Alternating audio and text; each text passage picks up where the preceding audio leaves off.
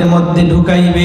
সূরাতুহু আলা সূরাতিল কমারি লাইলাতাল বদর, কয় 14 তারিখ দিবাগত রাতে চাঁদের যেমন আলো হয় এমন আলোক উজ্জ্বল চেহারা দিয়া আল্লাহ তাআলা প্রত্যেকটা জান্নাতীকে জান্নাতের মধ্যে ঢুকাইবে।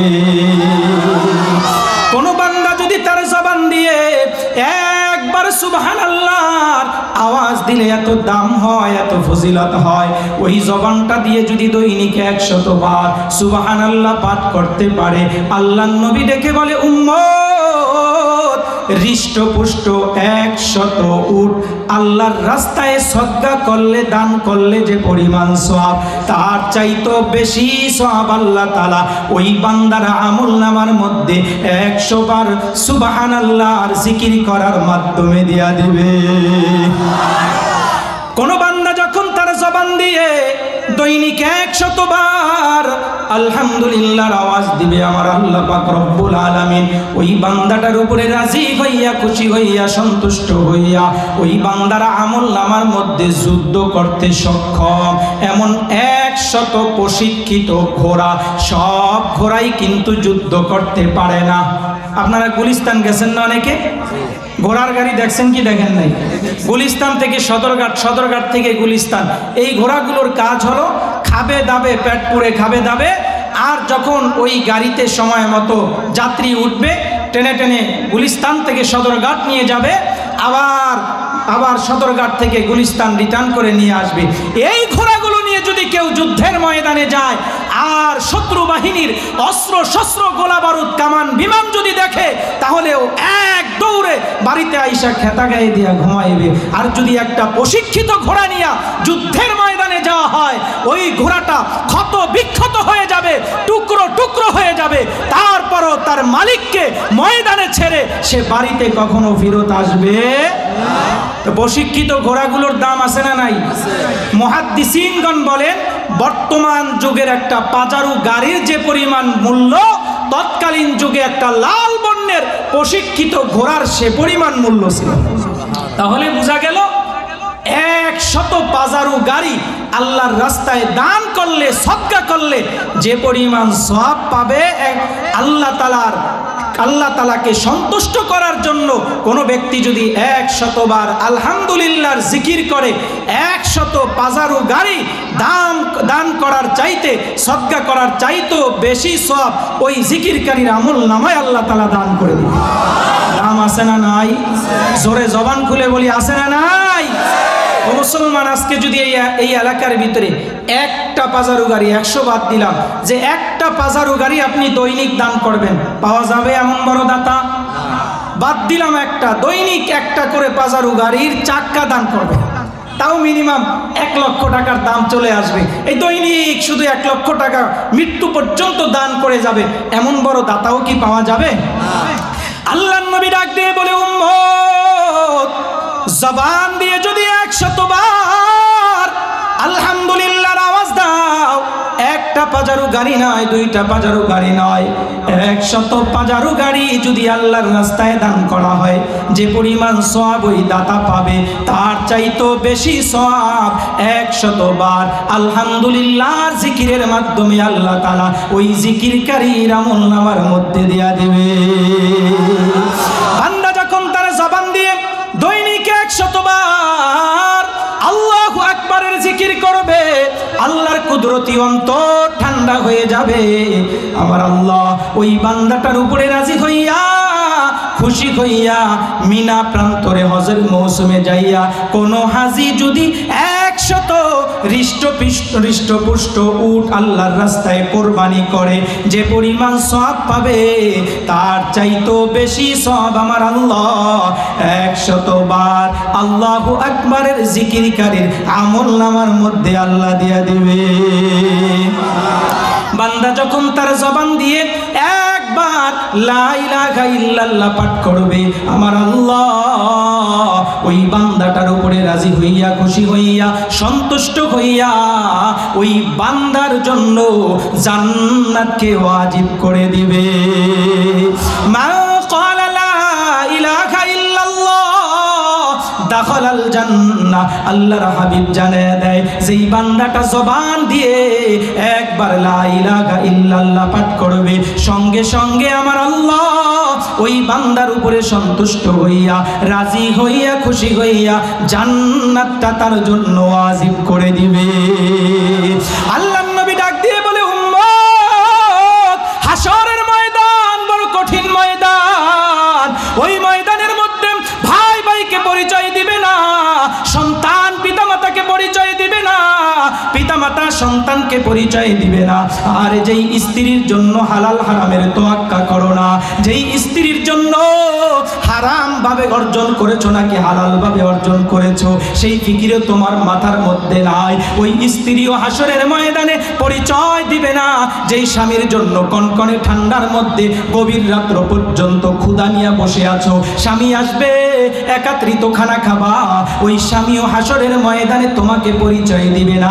আল্লাহর নবী ডাক দিয়ে বলে, আমার উম্মতগুলো জাহান্নামের দিকে যাইতে থাকবে, আমি পয়গম্বর হাসরের ময়দানে দাঁড়িয়ে যাব, মিজানের পাল্লার কাছে দাঁড়াইয়া আমি আমার রবের কাছে আল্লাহর দরবারে ওই গুনাহগার উম্মতদের জন্য সুপারিশ করব। শুনে নাও হে উম্মতের দলেরা, যারা আমল নামার মধ্যে দুনিয়ায় থেকে থেকে 10টা আমল যারা আমল নামার মধ্যে থাকবে, 10টা আমল যেই ব্যক্তি করবে, আমি তার হাতটা ধরে হাসরের ময়দান থেকে ফুলসিরাত পাড়ি দেওয়াইয়া সরাসরি আল্লাহর তৈরি জান্নাতের মধ্যে তাকে ঢুকিয়ে দিব। এর মধ্যে সর্বপ্রথম আমলকারী হলো বুখারী শরীফের রিওয়ায়াত। আল্লাহর পয়গম্বর বলে, আসাদুন নাসি বিশাফাআতি ইয়াউমাল কিয়ামা লা ইলাহা ইল্লাল্লাহ মা ক্বালা লা ইলাহা ইল্লাল্লাহ মুখলিসান বিকলবিহি ওয়া নাফসি। আল্লাহর নবী বলে, কিয়ামতের ময়দানে আমি পয়গম্বরের শাফাআত লাভে ওই বান্দাটা সবচাইতে বেশি ধন্য হবে, যেই বান্দাটা দুনিয়ার জমিনের মধ্যে জবান দিয়ে বেশি বেশি লা ইলাহা ইল্লাল্লাহর জিকির করবে। তো লা ইলাহা ইল্লাল্লাহর জিকিরের দাম আছে না নাই? কোন বান্দা যদি তার জবান দিয়ে দৈনিক 100 বার লা ইলাহা ইল্লাল্লাহ পাঠ করতে পারে, আল্লাহ নবী ডাক দিয়ে বলে, রে উম্মতের দলেরা, তামলা উমা বাইনাস সামাই ওয়াল আরদ, আসমান এবং জমিনের মধ্যবর্তী যত ফাঁকা জায়গা আছে, সব ফাঁকা জায়গাগুলো যদি স্বর্ণ অলংকার হীরামণি মুক্তা জওহারের মাধ্যমে ভরপুর করে দেওয়া হয়, এর মুসলমান আজকে যদি এই বাইতুল আমানের এই যেই মাঠ আপনারা প্যান্ডেল সাজাইছেন, যদি এলান করা হয় এই প্যান্ডেলটা শুধুমাত্র স্বর্ণ অলংকারের মাধ্যমে ভরাট করা হোক, তাহলে এই বরিশাল অঞ্চলের মধ্যে যত স্বর্ণ অলংকার আছে সব একত্রিত করার পরেও আরো 2 সেট থানার থেকে উদ্ধার করা লাগবে কি লাগবে না? একটু জোরে বলেন, লাগবে কি লাগবে না? আল্লাহর নবী ডাক দিয়ে বলে, উম্মত, শুধুমাত্র এই বাইতুল আমান নয়, শুধু বরিশাল নয়, শুধু বাংলাদেশ নয়, সারা বিশ্বব্যাপী তামলা উমা বাইনাস সামাই ওয়াল আরদ, আসমান এবং জমিনের উপরে যত ফাঁকা জায়গা আছে সব ফাঁকা জায়গাগুলো যদি স্বর্ণ অলংকার হীরামণি মুক্তা জওহারের মাধ্যমে ভরপুর করে দেওয়া হয়, আর কাউকে যদি এগুলোর মালিক বানিয়ে দেওয়া হয়, সে মালিকানা পাওয়ার পর আল্লাহর রাস্তায় যদি এগুলো দান করে দেয়, দৈনিক মালিক হলো, দৈনিক আল্লাহর রাস্তায় দান করে দিল, যে পরিমাণ সওয়াব পাবে, আমার কোন উম্মত তার জবানটা দিয়ে যদি মাত্র 100 বার লা ইলাহা ইল্লাল্লাহর জিকির করতে পারে, আসমান এবং জমিন ভরপুর স্বর্ণ অলংকার দান করে একটা ব্যক্তি যে পরিমাণ সওয়াব পাবে, তার চাইতো বেশি সওয়াব ওই বান্দার আমলনামার মধ্যে আল্লাহ তাআলা দান করে দিবে। তাহলে দাম আছে না নাই এই জিকিরগুলো? জোরে বলেন, আছে না নাই? এই ওয়াজ মাহফিলগুলোর দাম আছে না নাই? আল্লাহর নবী বলে, মাজলিসুল উলামা খায়রুম মিন ইবাদাতি 60 সানা। উলামা ইকরামের মাজলিসের মধ্যে কিছু সময় যদি বছরে বান্দা 60 বছর নফল ইবাদত করার চাইতো বেশি সওয়াব আল্লাহ বান্দার আমলনামার মধ্যে দিয়া দিবে। আলেমের মজলিসের মধ্যে আসছো, বান্দা কিছু সময়ের জন্য তুমি বসছো, তো আল্লাহ পাক রব্বুল আলামিন বসার সঙ্গে সঙ্গে রহমতের ফেরেশতা এই মাহফিলকে বেষ্টন করার জন্য আল্লাহ তাআলা আসমান থেকে পাঠিয়ে দেয়। আল্লাহর পক্ষ থেকে একদল ফেরেশতা আইসা মাহফিলের চতুর্পাশ দিয়ে একের কাদের উপরে একজন দাঁড়াইয়া আসমান পর্যন্ত চতুর্পাশ দিয়ে ঘেরাও করে নেয়। ফেরেশতারা ডাক দিয়ে বলে, ও পরওয়ারদিগারে আলম, চতুর্পাশ দিয়ে ঘেরাও করে নিলাম, মালিক রে, মানুষ উপর দিয়ে সামিয়ানার ব্যবস্থা করে, চান্দিনার ব্যবস্থা করে নিশির থেকে হেফাজতে থাকার জন্য, আমরা ফেরেশতা উপরের জায়গাটা ফিল আপ করতে পারলাম না, তার সেভাবে শুয়ে শুয়ে উপরের জায়গাটাকে আটকাতে পারলাম না, চতুর্পাশ দিয়ে আমরা ঘেরাও করে নিলাম। মানব জাতির প্রধান শত্রু শয়তান যাতে করে ওয়াসওয়াসা দিয়ে ভিতরে ঢুকে, ওয়াসওয়াসা দিয়ে কাউকে বাড়ি পর্যন্ত না নিতে পারে, এজন্য চতুর্পাশ দিয়ে আটকে দিলাম, কেবলমাত্র উপরের জায়গাটা ফাঁকা রয়েছে। আমার আল্লাহ বলে, ও ফেরেশতার দলেরা, উপরের জায়গাটা ফাঁকা থাকতে দাও, ফাঁকা থাকতে দাও। বলে কি করবে? আল্লাহর নবীর মাধ্যমে হাদিসে কুদসির মধ্যে আল্লাহ জানিয়ে দেয়, ও আমার পাগল বান্দারা, ও নবীর উম্মতের দলেরা, আল্লাহর মহব্বতে, দ্বীনের মহব্বতে, ইসলামের মহব্বতে যারা এই বাইতুল আমান জামে মসজিদের ময়দানের মধ্যে আসছো এবং বসছো, আমার যেই পাগল বান্দাগুলো জান্নাত পাওয়ার আশায় জাহান্নাম থেকে মুক্তি পাওয়ার জন্য বাইতুল আমান মসজিদ ময়দানের মধ্যে বসছে, আমি আল্লাহ ওই বান্দাগুলোর উপরে সন্তুষ্ট হইয়া, রাজি হইয়া, খুশি হইয়া আসমান থেকে যতক্ষণ পর্যন্ত তারা ময়দানে থাকবে, আসমান থেকে অনবরত তাদের উপরে শিলাবৃষ্টির মতো রহমত নাজিল করতে থাকব। শুধু তাই নয়, ময়দানের মধ্যে আসার সঙ্গে সঙ্গে আমার আল্লাহ আমলনামার মধ্যে যত সগীরা গুনাহ আছে, সমস্ত সগীরা গুনাহগুলো ময়দানে বসার সঙ্গে সঙ্গে আল্লাহ তাআলা মাফ করে দিবে। আমলনামার মধ্যে বান্দার শুধু সগীরা গুনাহই করে না, পদে পদে ক্ষণে ক্ষণে আমরা কবিরা গুনার মধ্যে লিপ্ত হই, কথা ঠিক না ঠিক? আল্লাহর নবী জানিয়ে দেয়, তাফসীরে কুরতুবীর মধ্যে লেখা হয়, বান্দা যখন কোন উলামা ইকরামের মজলিসের মধ্যে বসবে, আমলের নিয়তে বসে যখন দিলটাকে নরম করে আখিরি মুনাজাত পর্যন্ত অপেক্ষা করবে, দুপুরা চোখের পানি ছেড়ে দেওয়ার সঙ্গে সঙ্গে বান্দার চোখের পানি নাকের ডগার সামনে আসার আগে আগে আমার আল্লাহ বান্দার জীবনের সমস্ত কবিরা গুনাহ মাফ করে দিবে।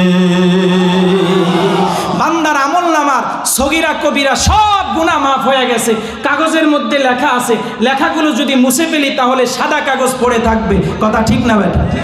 আমার আল্লাহ বলে, ও পয়গম্বর, আমার বান্দাগুলো জান্নাত পাওয়ার আশায়, জাহান্নাম থেকে মুক্তি পাওয়ার জন্য কোরআনের মহব্বতে, ইসলামের মহব্বতে এই বাইতুল আমান জামে মসজিদ ময়দানের মধ্যে আসছে এবং বসছে।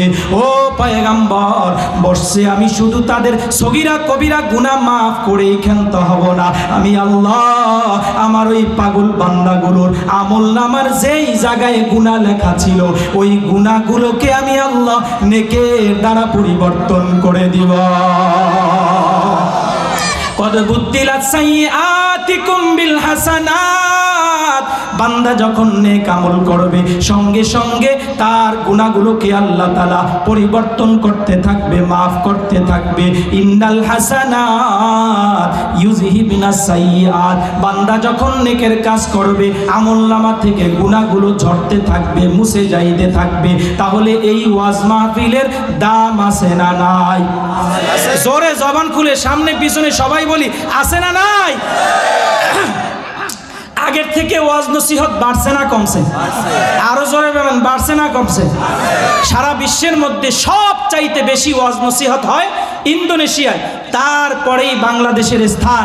যে দেশের গ্রামে গঞ্জে, পাড়ায় পাড়ায়, মহল্লায়, জায়গায় জায়গায়, মসজিদে মসজিদে, বাড়ির উঠোনে পর্যন্ত ওয়াজ নসিহত হয়, কথা ঠিক না বেটা?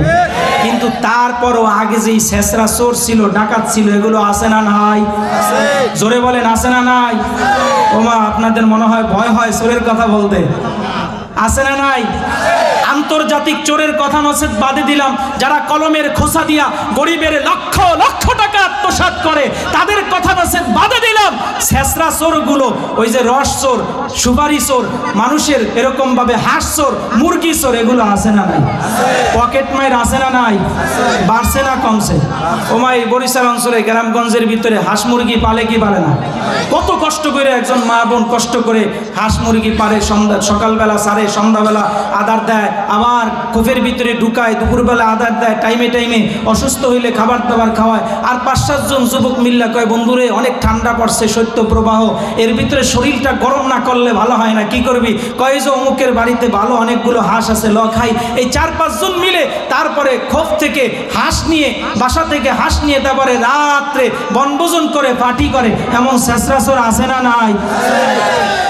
হ্যাঁ, তাহলে এই ওয়াজ করে কি লাভ আর এই ওয়াজ শুনে কি লাভ? ওই মুরব্বী মুখে বেশি একটা রুচি টুচি পায় না, ডাক্তার দেখানোর জন্য রওনা করছে। কি দেখানোর জন্য? ডাক্তার। এখন তো মনে করেন আমাদের বরিশাল অঞ্চলের মধ্যে কোনো ডাক্তারের অভাব নাই, ক্লিনিকের ভিতরেও ডাক্তার, কিন্তু মুরব্বী যারা, যদি মনে করেন আপনারা একটু দূর দূরান্তে রহমতপুর থাকতেন, সেখানে কোনো ডাক্তার নাই, মনে করেন ওই রহমতপুর থেকে বরিশাল এই শেরে বাংলা মেডিকেলে আসবে কি দেখার জন্য? ডাক্তার দেখানোর জন্য। অথবা আপনাদের এখান থেকে এই বাইতুল আমান থেকেই যাবে শেরে বাংলা, যাইতে যাইতে মনে করেন মুরব্বী মানুষ তো হাইটা যাইতে যাইতে ধরেন আধা ঘন্টা সময় লাগবে, বিকাল 2টা বাজে অথবা 1টা বাজে, 1:30 বাজে ডাক্তার বসবে, সে 12টা বাজেই আগে সিরিয়াল দেওয়ার জন্য রওনা করছে। এখান থেকে যাইতে যাইতে যাইতে যাইতে যাইতে যাইতে যখন এই যে মেন রাস্তায় উঠলাম, এটার নাম কি? হ্যাঁ, সিএমবি রোড। হ্যাঁ, নতুল্লাবাদের পরেই সিএমবি রোড। এই সিএমবি রোড পর্যন্ত যাওয়ার পর মুষলধারে বৃষ্টি পড়া আরম্ভ হয়ে গেছে। এখন ডানে বামে তাকায় দেখতেছে একটা বাড়ি দেখা যায়, দরওয়াজা নক করলো, বাড়িওয়ালা দরওয়াজা খুলে দিল। সামনে যায় বলতেছে, বাড়িওয়ালা বলতেছে, মানাংটা আপনি কে? আমি ওই তো বাইতুল আমান মসজিদ এলাকায় আমার বাড়ি, যাইতেছি শেরে বাংলা মেডিকেলে। মুরব্বী মানুষ কয়, কেন যাইতেছেন? কি জন্য? কয়, ডাক্তার দেখানোর জন্য যাইতেছি। রোগ কি? কয়, মুখে বেশি একটা রুচি টুচি পাই না, আগের মতো খাইতে পারি না। দেখবেন মুরব্বীদের সঙ্গে যদি আমরা খানা খাইতে বসি, ওরে মা কত গল্প গুজব করে, কি করে না? জোরে বলেন। কয়, আগে আমরা একদম পুরা 2 কেজি দুধ এক বসায় খেয়ে ফেলতাম, আসলেই খাইতে পারতো, তাদের পাকস্থলী ভালো ছিল, ধারণ ক্ষমতা ভালো ছিল।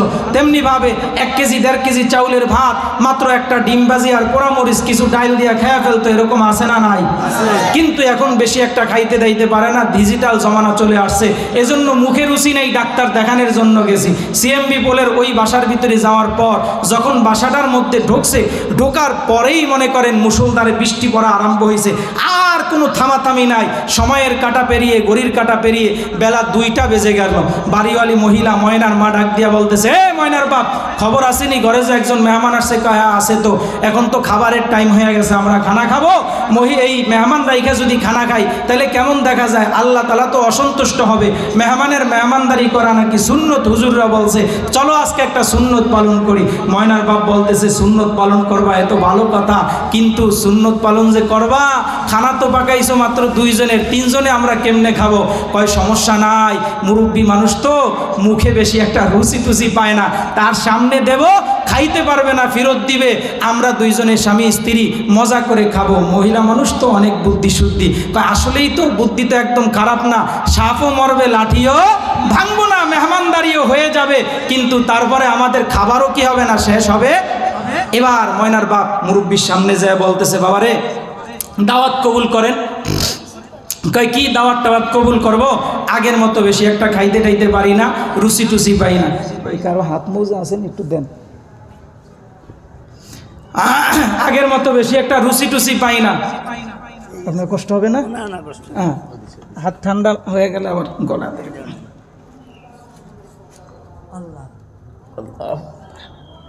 আগের মতো বেশি একটা রুচি টুচি পাই না, কি খাবো টাবো। অনেক পিড়াপিড়ি করার পর আল্লাহ এবার বলে, আচ্ছা ঠিক আছে, যেহেতু এমন করেই বলতেছো, কি পাকাইছো? কয়, বেশি কিছু পাকাইতে পারি নাই, ডাইল আর ভাত পাকাইছি, সরকারি খানা। আচ্ছা নিয়ে আসো। এবার সামনে দস্তরখানা বিছালো, প্লেট পেয়ালা আনলো, দস্তরখানা বিছায় খানা খাওয়া আমার নবীর সুন্নত। একটু আওয়াজ দিয়ে বলেন, কার সুন্নত? আওয়াজ দিয়ে আরো জোরে, কার সুন্নত? আল্লাহর নবী বলে একটা সুন্নত যদি কেউ জিন্দা করতে পারে, যেই সুন্নতটা সমাজ থেকে হারিয়ে যাচ্ছে, 100 শহীদের সব তার আমলনামার মধ্যে আল্লাহ তাআলা দান করবে। দস্তরখানার সাথে আজকে আমাদের কোনো সম্পর্ক নাই। যুবকরা শাহরুখ খান, ইমন খান, সাকিব খান, আরো কত খান, সবারকে চিনে, কিন্তু দস্তরখান চিনে না। কথা ঠিক না বেঠে? আমরা যদি কোনো বাড়িতে খানা খাইতে যাই, তখন দস্তরখান তালাশ করলে একদম গর্দ দুর্গন্ধযুক্ত একটা গামছা আইনা সামনে দেয়। কথা ঠিক না বেঠে? ও মুসলমান ইমানদার, আগামীকালকে আমরা 30 টাকা খরচ করে এরকম একটা রেক্সিন দস্তরখান লাল বর্ণের হওয়া এটা উত্তম। মুস্তাহাবও কোনো কিতাবের ভিতরে লেখছে, তবে উত্তম এটাই রাজে কৌল, নির্ভরযোগ্য কৌল। লাল বর্ণের একটা এরকম ভাবে রেক্সিন দিয়া দস্তরখানা বানাবো, অথবা আমরা একটা কাপড় কোনো টেইলার্সের দোকানে যায় যদি বলি, আমার দৃঢ় বিশ্বাস মুসলিম টেইলার্সের মালিক যদি হয়, সে আপনার থেকে কোনো টাকাও নিবে না। 20 টাকা অথবা 30 টাকা খরচ করে আল্লাহর নবীর হারিয়ে যাওয়া একটা সুন্নত আগামীকালকে জিন্দা করে নবীর সঙ্গে জান্নাতে থাকবো। কে কে নবীর আশিক রাসূল আছি? তো হাত জায়গায় দেখে আল্লাহু আকবার। আল্লাহ তাআলা আমাদের সকলকে কবুল করুক, সবাই বলে আমিন। এবার দস্তরখানা বিছানো হলো। দস্তরখানা বিছাইয়া খাবারের প্লেট টেলেট রাইখা, ভাতের গামলা রাইখা, ডাইলের পেয়ালা আনার জন্য গেছে। ওমা ডাইলের পেয়ালা আইনা দেখে ভাতের গামলার মধ্যে কোনো ভাত, সব পরিষ্কার সপ্পান সপ্পা। এখন বাড়িওয়ালা ময়নার বাপ মনে করছে যে আসলে মুরব্বী মানুষ, ভালো করে চাবাইতে পারবে না, দেশি চাউলের ভাত, মোটা চাউলের ভাত, রাগ হয়ে মনে হয় ফালাইয়া দিছে। এজন্য চকির নিচে টাকায়, খাটের নিচে টাকায়, বাহিরে টাকায়, মনে হয় যে ফালাইয়া দিছে। ওমা কোথাও ভাত টাত পাওয়া যাইতেছে না। কিছুক্ষণ পর তাকায় দেখতেছে মুরব্বী মুখ লাগতেছে। বুঝতে আর বাকি রইল না যে মুরব্বী খায়া সব শেষ। এবার ওই ডাইলের পেয়ালা রাইখা দ্বিতীয়বার ভাত আনার জন্য গেছে। ভাত আইনা দেখে ডাইলের পেয়ালার মধ্যেও কোনো ডাইল। আবার ডাইল আনার জন্য গেছে, ভাত রাইখা। এরকম 2-3 বার আসা যাওয়ার পর, আপ ডাউনের পর, ঘরে আর বারান্দার আসা যাওয়ার পর ভাত ডাইল ঘরের মধ্যে যা ছিল সব শেষ হয়ে গেছে। ময়নার মা ডাক দিয়া বলতেছে, এ ময়নার বাপ, কি ব্যাপার, মেহমান কয়জন? কয় কা মেহমান তো একজন। ওমা একজন মেহমানে আমগো 3 জনের খানা খেয়ে লাইছে, আবার নাকি মুখে বেশি একটা রুচি টুচি পায় না। সাবধান, ওই শেরে বাংলা মেডিকেলের থেকে ডাক্তার দেখায়া, যাতে করে আমাদের এই সিএমবি পোল দিয়ে আবার না আসে। এদিক দিয়ে যদি আসতে পারে, এখন তো রুচি নাই, ডাক্তারের কাছে গেলে প্রথমে 1 ডোজ খাওয়াইয়া দিবে। 1 ডোজ খায়া যখন আসবে, রুচি বাড়ে আসবে। আবার যদি বৃষ্টি পড়তে পারে, আমগো ঘরে যদি আসতে পারে, টিনের চাল টাল যা আছে সব খায়া শেষ। ময়নার বাপ ডাক দিয়া বলতেছে, ময়নার মা খাইছে খাক, আরো আমরা আরো খাক, লাগলে 10 বাড়িতে ভিক্ষা করে খাওয়ামো, কোনো আফসোস নাই। আমার আফসোস তো হলো অন্য জায়গায়। কয় কোন জায়গায়? আমার আফসোস হলো আমি ভাত রাইখা ডাইল আনার জন্য গেলাম, ডাইল আইনা দেখি ভাত নাই। আবার ডাইল রাইখা ভাত আনার জন্য গেলাম, ভাত আইনা দেখি ডাইল নাই। 3-4 বার আপ ডাউন করলাম, ভাতে আর ডাইলে তো আমি একত্রিত করতে পারলাম। আমার দুঃখ আর আফসোস হলো ওই জায়গায়। আমগো বক্তাগো মনের মধ্যে একটা দুঃখ আছে। ও আমরা সারা বাংলাদেশের মধ্যে ওয়াজ নসিহত করি, কিন্তু আমাদের ওয়াজের মাঝে আর আপনাদের জনতার আমলের মাঝে আমরা একত্রিত করতে পারি না। কথা ঠিক না বেঠিক? সুতরাং যতক্ষণ আলোচনা করা হবে, যে আলোচনাগুলো করব নিজে আমলের নিয়তে করব, আপনারাও আমলের নিয়তে শেষ পর্যন্ত শুনবেন। রাজি আছেন তো ইনশাআল্লাহ? ভূমিকার মধ্যে আর সময় নষ্ট না করে কোরআনে হাকিমের 114 সূরার অন্যতম সূরা 23 নম্বর সূরা, সূরা মুমিনুনের শুরু দিয়ে কয়েকটি আয়াতে কারিমা আপনাদের সামনে তেলাওয়াত করেছি। আল্লাহ তাআলা এই আয়াতগুলোর মধ্যে সমগ্র পৃথিবীর, সারা পৃথিবীর মানুষকে ডাক দিয়ে বলে, হে বিশ্বজগতের মানুষেরা, হে বিশ্বজগতের মুমিনের দলেরা, ঈমান আনার পর মাত্র যদি 7টা আমল করতে পারো, একটু আওয়াজ দিয়ে বলেন কয় আমল? 7 আমল যদি তোমরা করতে পারো, তাহলে 8টা জান্নাতের মধ্য থেকে সর্বোত্তম জান্নাত, জান্নাতুল ফেরদাউসের মালিক আমি তোমাদেরকে বানিয়ে দিব। সুবহানাল্লাহ। সুতরাং ওই 8টা জান্নাতের মধ্য থেকে সর্বোত্তম জান্নাতে যাইতে কে কে রাজি আছে? আল্লাহু আকবার। আল্লাহ তাআলা আমাদের সকলকে কবুল করুক, সবাই চিল্লায়া বলে আমিন। এই জান্নাতে যাইতে হলে জান্নাতে যাওয়ার কাজ করা লাগবে কি লাগবে না? এই 8টা কাজ কি আমাদের করতে হবে? এই 8টা কাজ সম্পর্কে যতক্ষণ পর্যন্ত আলোচনা না করা হবে, ততক্ষণ পর্যন্ত এই ময়দান ছেড়ে বাড়িতে যাব না। রাজি আছি তো ইনশাআল্লাহ? সবাই রাজি আছি তো ইনশাআল্লাহ? যুবকরা খুশি মনে মনে, আর মুরব্বী যারা আছে এদের মনটা বেজার, কয় হুজুর যেইভাবে ধরতেছেন মনে হয় যে আমরা প্রস্রাব ধরলেও এখান থেকে উঠতে পারবো না, এজন্য মন বেজার। না বাবা, দরকার নাই, কোনো সমস্যা নাই। আপনার যদি কোনো জরুরত আসে আপনি চলে যাবেন, জরুরত ছেড়ে সোজা ময়দানের মধ্যে আসবেন, কিন্তু বাড়িতে যাওয়ার কোনো অনুমতি। ওয়াদা দিছেন কিন্তু, আল কারিমু ইদা ওয়াদা ওয়াফা, সম্মানিত ব্যক্তি তো তারাই যারা ওয়াদা করে, ওয়াদা রক্ষা করে। ওয়াদার বরখলাফ যদি করে তাহলে মুনাফিকের দফতরের মধ্যে নাম লেখা হবে। সুতরাং আমরা ওয়াদা রক্ষা করব তো ইনশাআল্লাহ? আমল কয়টা জোরে বলেন? 7 আমল। কয় আমল জোরে বলেন? আল্লাহ পাক রব্বুল আলামিন বলে, ও বিশ্বজগতের মানুষ, ঈমান আনার পর মাত্র যদি 7টা আমল করতে পারো রে বান্দা, আর জান্নাতের মধ্য থেকে সর্বোত্তম জান্নাত জান্নাতুল ফেরদাউসের মালিক আমি তোমাদেরকে বানায় দিব। উলাইকা হুমুল ওয়ারিসুন আল্লাযীনা ইয়ারিসুনাল ফিরদাউসা হুম ফিহা খালিদুন। তবে বান্দা, 7 আমল করার আগে 1 নম্বরে তোমাদেরকে ঈমানের বলে বলিয়ান হতে হবে রে বান্দা। ঈমান ছাড়া কোনো আমল আল্লাহর দরবারে কবুল হবে না। আল্লাহর দরবারে যদি আমলগুলো কবুল করাইতে চাও, ঈমানের দরওয়াজা দিয়ে ইসলাম নামক বাড়ির মধ্যে তোমাকে ঢুকতে হবে। ইসলাম নামক বাড়ির মধ্যে যতক্ষণ পর্যন্ত না ঢুকবা ততক্ষণ পর্যন্ত তোমার কোনো আমল আল্লাহর দরবারে গ্রহণযোগ্য হবে না, গৃহীত হবে না, আল্লাহর দরবারে কবুল হবে না। তবে ঈমানের ৭৭-এর মতো শাখা রয়েছে। আল্লাহর নবী বলে, উম্মত আল ঈমানু বিজউন ওয়া সাবউনা শুবা। আল্লাহর নবী বলে, উম্মত ঈমানের ৭৭-এর মতো শাখা রয়েছে। এর মধ্যে উত্তম শাখা হলো জবানটা দিয়ে লা ইলাহা ইল্লাল্লাহ পাঠ করে দিবা। এই লা ইলাহা ইল্লাল্লাহর মধ্যে 2টা অংশ রয়েছে। লা ইলাহা ইল্লাল্লাহ মুহাম্মাদুর রাসূলুল্লাহ। লা ইলাহা ইল্লাল্লাহ তার মানে হলো আল্লাহর তাওহীদকে বিশ্বাস করা। মুহাম্মাদুর রাসূলুল্লাহ তার মানে হলো রাসূলের রিসালাতকে বিশ্বাস করা। লা ইলাহা ইল্লাল্লাহ তার মানে হলো কোরআন, আর মুহাম্মাদুর রাসূলুল্লাহ তার মানে হলো সুন্নাহ। লা ইলাহা ইল্লাল্লাহ তার মানে হলো আল্লাহর সমস্ত আদেশ মুহাম্মাদুর রাসূলুল্লাহ তার মানে হলো পালন করব মুহাম্মাদুর রাসূলুল্লাহর তরিকা অনুযায়ী। কথা ঠিক না বেঠে? কোন পীর, কোন মুর্শিদ, কোন ভণ্ড, কোন মাজার পূজারি, পীর পূজারি কারো তরিকা ফলো করব না। ফলো যদি করতে হয় আমার নবীর রেখে যাওয়া আদর্শকে ফলো করে আল্লাহর সমস্ত আদেশগুলো পালন করতে হবে। কথা ঠিক না বেঠে? ওরে মুসলমান, আজকে কত পীর, কত ভণ্ড জমিনের মধ্যে আছে, মুখের মধ্যে দাড়ি নাই, দেহের মধ্যে নবীর সুন্নতি পোশাক নাই, দেখলে দেখা যায় মুসির মতো, দেখতে মুসলমানও মনে হয় না, কিন্তু ও গদিনিশির পীর দাবির করে। এমন জাতের ভণ্ড প্রতারক পীর আছে না নাই?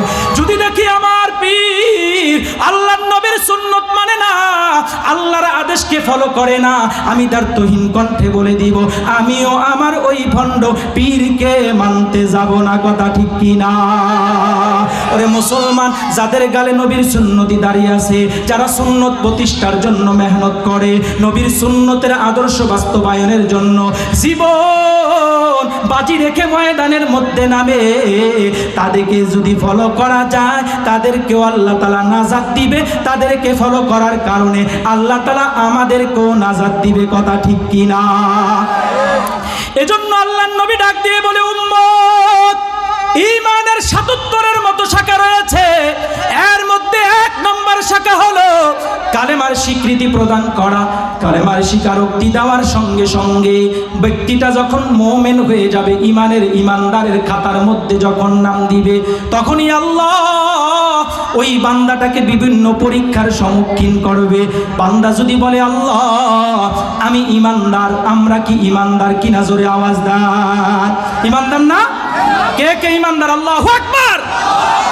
আল্লাহ তাআলা ডাক দিয়ে বলে, বান্দা জবান দিয়ে যখন বলবো আমি ঈমানদার, আহাসিবান নাস আইয়াতুরাকু আইয়াকুলু আমান্না ওয়া হুম লা ইফতারুন। জবান দিয়ে যখন বলবা আমি ঈমানদার, সঙ্গে সঙ্গে আমি আল্লাহ বিভিন্ন পরীক্ষার সম্মুখীন করব, বিভিন্ন ফিতনার মধ্যে, পরীক্ষার মধ্যে তোমাকে ফেলাইব। ওই পরীক্ষা দিয়া তুমি যদি পাস করতে পারো তবেই তো তুমি নাজাত প্রাপ্ত হবা। ফামান যুহজিহা আনিন নার, জাহান্নাম থেকে যে ব্যক্তি ছাড় পেল, মুক্তি পেল, উদখিলাল জান্নাতা ফাকাদ ফাজ, আর যেই ব্যক্তি জান্নাতের মধ্যে ঢুকতে পারলো, জান্নাত বরাদ্দ করতে পারলো, সে তো চূড়ান্ত পর্যায়ে সফল কাম হয়ে গেল। এজন্য বান্দা যখন ঈমানদার দাবি করবে, আল্লাহ তাআলা মাঝে মধ্যে ওই বান্দাকে ঈমানের পরীক্ষা নিবে। সাহাবায়ে কেরামের যেমন ঈমানের পরীক্ষা নিয়েছে, সাহাবীরা ঈমানের পরীক্ষা দিয়েছে। সাহাবায়ে কেরামের এক পাশে যদি সারা দুনিয়া রাখা হইতো, অন্য পাশে যদি আল্লাহ এবং আল্লাহর রাসূলের ইজ্জত রাখা হইতো, দুনিয়াকে পরিত্যাগ করে লাথি দিয়ে আল্লাহ এবং আল্লাহর রাসূলের ইজ্জত রক্ষার জন্য তারা জীবন বাজি রেখে ময়দানের মধ্যে ঝাঁপিয়ে পড়তো। কথা ঠিক কিনা? ওরে সাহাবীদের এক পাশে যদি সুন্দরী স্ত্রী রাখা হইতো, অপর পাশে যদি আল্লাহ এবং আল্লাহর নবীর ইজ্জত রাখা হইতো, ওই সুন্দরী স্ত্রী আর সন্তানের মায়াকে পরিত্যাগ করে ওই ময়দানের ভিতরে যাইয়া, জিহাদের ময়দানের মধ্যে যাইয়া জীবনটাকে বিলিয়ে দিয়ে শাহাদাতের অমীয় সুধা পান করে ইসলাম প্রতিষ্ঠার জন্য সর্বশেষ চেষ্টা তারা করে যাইতো। কথা ঠিক কিনা? সাহাবী হযরত জুলাইবিব রাদিয়াল্লাহু তাআলা আল্লাহ নবীর সামনে উপস্থিত, নবীকে ডাক দিয়ে বলে, ও পয়গম্বর, আমি একজন বিবাহ উপযুক্ত সাহাবী। নবী গো, বিভিন্ন বাড়িতেই বিবাহের প্রস্তাব নিয়ে গিয়েছি গো পয়গম্বর, আমাকে দেখতে সুন্দর দেখা যায় না, টাকা পয়সা নাই, বংশীয় মর্যাদা নাই, একদম বেটে প্রকৃতির মানুষ, কালো নিংড়, চেহারার মধ্যে কোনো আকর্ষণ নাই, একদম খাটো প্রকৃতির, মাথার চুলগুলো উস্কো শুষ্কো কোকড়ানো অবস্থায়, দেখলে কেউ তাকে পছন্দ করবে না। এমন কি যখন রাস্তা দিয়ে হাঁটতো, আমরা যেমন স্বাভাবিকভাবে হাঁটি, জুলাইবিব সেভাবে স্বাভাবিকভাবে হাঁটতে পারতো না, পাগুলো এমন বাঁকা তারা হয়ে থাকতো, এজন্য কেউ তাকে পছন্দ করতো না। বিবাহের বয়স পাড়ি দিয়া যাইতেছে, সময় অতিক্রম হয়ে যাইতেছে, নবীর দরবারে উপস্থিত, নবীকে ডাক দিয়ে বলে, পয়গম্বর, আমি একজন বিবাহ উপযুক্ত সাহাবী। নবী গো, আমার তকদিরে বিবাহ আছে কিনা জানায়া দেন, যদি তকদিরে বিবাহ থাকে কোথায়, কোন মহল্লায় বিবাহ করব তাও বলে দেন, আর যদি বিবাহ না থাকে তাও জানায়া দেন, আর কারো কাছে প্রস্তাব দিয়ে আমি লজ্জিত হব না গো পয়গম্বর। সোজা জঙ্গলের মধ্যে যাইয়া, মরুভূমির মধ্যে যাইয়া, পাহাড়ে যাইয়া ইবাদত করে করে আমার জিন্দেগিটা আমি কাটাইয়া দিব। আল্লাহর নবী ডাক দিয়ে বলেন, হে জুলাইবিব, লা রাহবানিয়াতা ফিল ইসলাম, ইসলামের মধ্যে কোনো বৈরাগ্যতা নাই। আন্নিকাহু মিন সুন্নতি ফামান রাগিবা আন সুন্নতি ফালাইসা মিন্নি, বিবাহ হলো আমি নবীর সুন্নত, আমি নবীর আদর্শ। যেই বান্দা আমি নবীর সুন্নত থেকে, আদর্শ থেকে বিমুখ থাকবে, সে আমার উম্মতের দলভুক্ত হতে পারে না।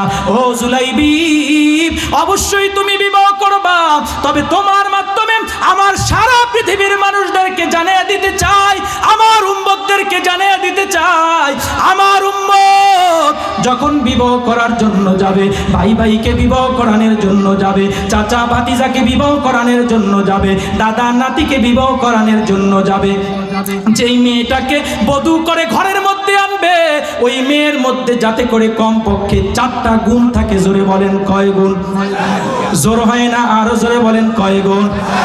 আল্লাহর নবী ডাক দিয়ে বলে, উম্মত, বিবাহ করার জন্য যাইবা, যাকে তাকেই তুমি বধূ করবা না, 4 গুণ যখন তার মধ্যে থাকবে, তাকে বধূ করে তুমি ঘরের মধ্যে আনবা। ওয়ালি দীনিহা ওয়ালি জামালিহা ওয়ালি নাসাবিহা ওয়ালি মালিহা ফাজফর বিজাতিদ্দিন। আল্লাহর নবী বলে 1 নম্বরে যেই মেয়েটাকে বধূ করে ঘরের মধ্যে আনবা ওই মেয়ের মধ্যে দিনদারি আছে কিনা লক্ষ্য রাখবা। 2 নম্বরে মেয়ের হোসনে সুরত সৌন্দর্যতা আছে কিনা লক্ষ্য রাখবা। সৌন্দর্যতা মানে স্কিনের সৌন্দর্যতা নয়, বরঞ্চ মেয়েটা জ্ঞানী গুণী কিনা, কারণ জাতের মেয়ে কালো ভালো নদীর পানি ঘোলাও ভালো, কথা ঠিক কিনা। 3 নম্বরে গুণ আল্লাহর নবী বলে মেয়ের বংশীয় মর্যাদা ভালো কিনা। আগে দিনের মুরব্বীরা যখন বিবাহ করানোর জন্য যাইতো যেমন তেমন বংশের সাথে তারা আত্মীয়তা করতো না, এগুলো এখন আর ফলো করা হয় না। আগে এগুলো ফলো করে বিবাহ করানোর কারণে বিবাহ বিচ্ছেদটা কম হইতো, এরকমভাবে ডিভোর্স এবং তালাকটা কম হইতো। আর এখন এগুলো ফলো না করার কারণে শতকরা এরকমভাবে 20% 25% সংসারের মধ্যে অশান্তি শুরু হয়ে যায়, বিবাহটা বিচ্ছেদ হয়ে যায়, কথা বলেন ঠিক কিনা। 4 নম্বরে গুণ আল্লাহর নবী বলে 1 নম্বরে দিনদারি লক্ষ্য রাখবা, 2 নম্বরে মেয়ের সৌন্দর্যতা আছে কিনা লক্ষ্য রাখবা, 3 নম্বরে মেয়ের বংশীয় মর্যাদা ভালো কিনা লক্ষ্য রাখবা, 4 নম্বরে মেয়ের বাবার আর্থিক সচ্ছলতার সঙ্গে তুমি বিবাহ করতে যাইবা তোমার আর্থিক সচ্ছলতার মিল আছে কিনা, কুফুতে মিল আছে কিনা। তুমি যদি দৈনিক মাত্র 500 টাকা কামাই করো, যেই মেয়েটাকে বধূ করে ঘরের মধ্যে আনলা ও কোটিপতি ঘরের মেয়ে, সার দৈনিক হাত খরচই লাগে 1000 টাকা, তোমার ভালোবাসায় মগ্ন হইয়া পাগলপাড়া হইয়া দেওয়ানা হইয়া তোমার ঘরের মধ্যে যদি বধূ করে আসে, আইসা যখন তোমার ঘরের মধ্যে অভাব অনটন দেখবে, যখন অভাব দরজা দিয়া ঢুকবে, ভালোবাসা জানলা দিয়া পালাইবে, কথা ঠিক কিনা। এজন্য আল্লাহর নবী বলে উম্মত এই 4 গুণের প্রতি লক্ষ্য রেখে মেয়েটাকে বধূর করে ঘরের মধ্যে আনবা, তোমার ঘরটা জান্নাতের টুকরা বাগান হয়ে যাবে। সাহাবায়ে কেরাম বলে পয়গম্বর একটা মেয়ের মধ্যে একত্রিত ভাবে এই 4টা গুণ তো পাওয়া যাবে না। দিনদারি পাইলে সৌন্দর্যতা পাবো না, সৌন্দর্যতা পাইলে বংশীয় মর্যাদা পাবো না, বংশীয় মর্যাদা পাইলে আবার কুফুতে মিল থাকবে না। আল্লাহর নবী বলে উম্মত 1 নম্বর গুণ দিনদারি যদি মেয়েটার মধ্যে পাও, ওই দিনদারির প্রতি লক্ষ্য রেখে যদি মেয়েটাকে বধূ করে ঘরে আনো, একটা দিনদার মেয়ে যদি ঘরে ঢুকাইতে পারো, তোমার ঘরটা জান্নাতের টুকরা বাগান হয়ে যাবে। আল্লাহর নবী বলে উম্মত আদ-দুনিয়া কুল্লুহা মাতা ওয়া খায়রু মাতা'id দুনিয়া আল মারাতুস সালিহা। এর গোটা দুনিয়া হলো ব্যবহার সামগ্রী, আর এর মধ্যে সব চাইতে উত্তম ব্যবহার সামগ্রী হলো দিনদার নারী, দিনদার স্ত্রী। একটা দিনদার নারীর মাধ্যমে, আমলদার একটা নারীর মাধ্যমে, পর্দানিশীল একটা নারীর মাধ্যমে একটা মানুষ যতটা উপকৃত হতে পারে, হীরামণি মুক্তা জওহর বিশাল বড় অট্টালিকার মাধ্যমেও মানুষ ততটা উপকৃত হতে পারে না, কথা ঠিক কিনা। ওরে মুসলমান, দিনদার নারী হলো তারা যারা সর্বদা স্বামীর আনুগত্য করে চলে। আল্লাহর নবী ডাক দিয়ে বলে সাহাবীরা শুনো, নারীদের জন্য আমার আল্লাহ জান্নাতে যাওয়া একদম সহজ করে দিয়েছে। আল মারাতু ইযা সাল্লাত খামসাহা ওয়া সামাত শাহরাহা ওয়া আহসানাত ফারজাহা ওয়া আতাআত বালাহা দাখালাত মিন আইয়াবওয়াবিল জান্নাতি শাআ।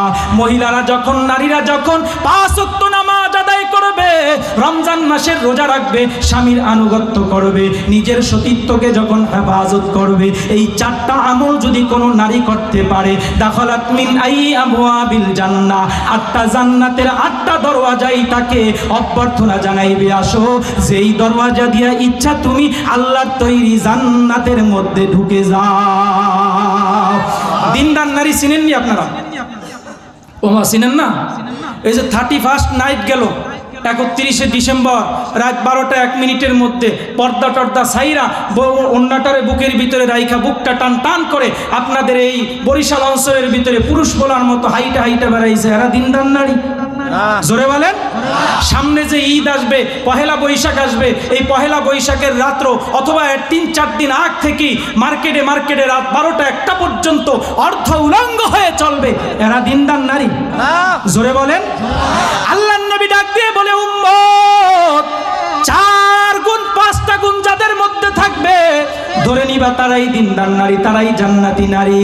ইন আমারাহা আতাআতহু, স্বামী যখন তাকে কোনো আদেশ করবে সঙ্গে সঙ্গে স্বামীর আদেশটাকে পূরণ করবে। ওয়া ইন আকসামা আলাইহা আবাররাতহু, স্বামী স্ত্রী ঝগড়া বশত স্বামী যদি স্ত্রীর উপরে কোনো কসম করে ফেলে তাহলে দিনদার নারী যদি হয় স্বামীর কসম পূরণের জন্য সহযোগিতা করবে। 3 নম্বর আলামত, ওয়া ইন নাযারা ইলাইহা সাররাতুহু, স্বামী যখন স্ত্রীর দিকে তাকাইবে স্বামীর মনটা আনন্দিত হয়ে যাবে, স্বামীর মনটা পুলকিত হয়ে যাবে। স্বামী রাস্তা দিয়ে হাঁটতেছে, হঠাৎ করে বেগানা নারীর প্রতি নজর পড়ে গেছে, অন্তরের মধ্যে কুমন্ত্রণা চলে আসছে।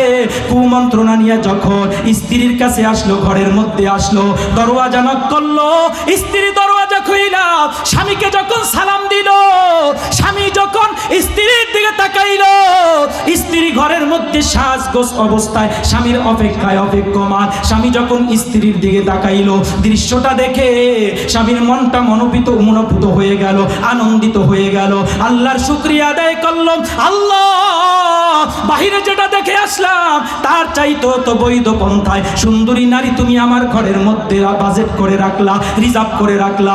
ও মালিক, আর কখনো বাহির দিয়া হাঁটার সময় কখনো বেগানা নারীর প্রতি নজর করব না।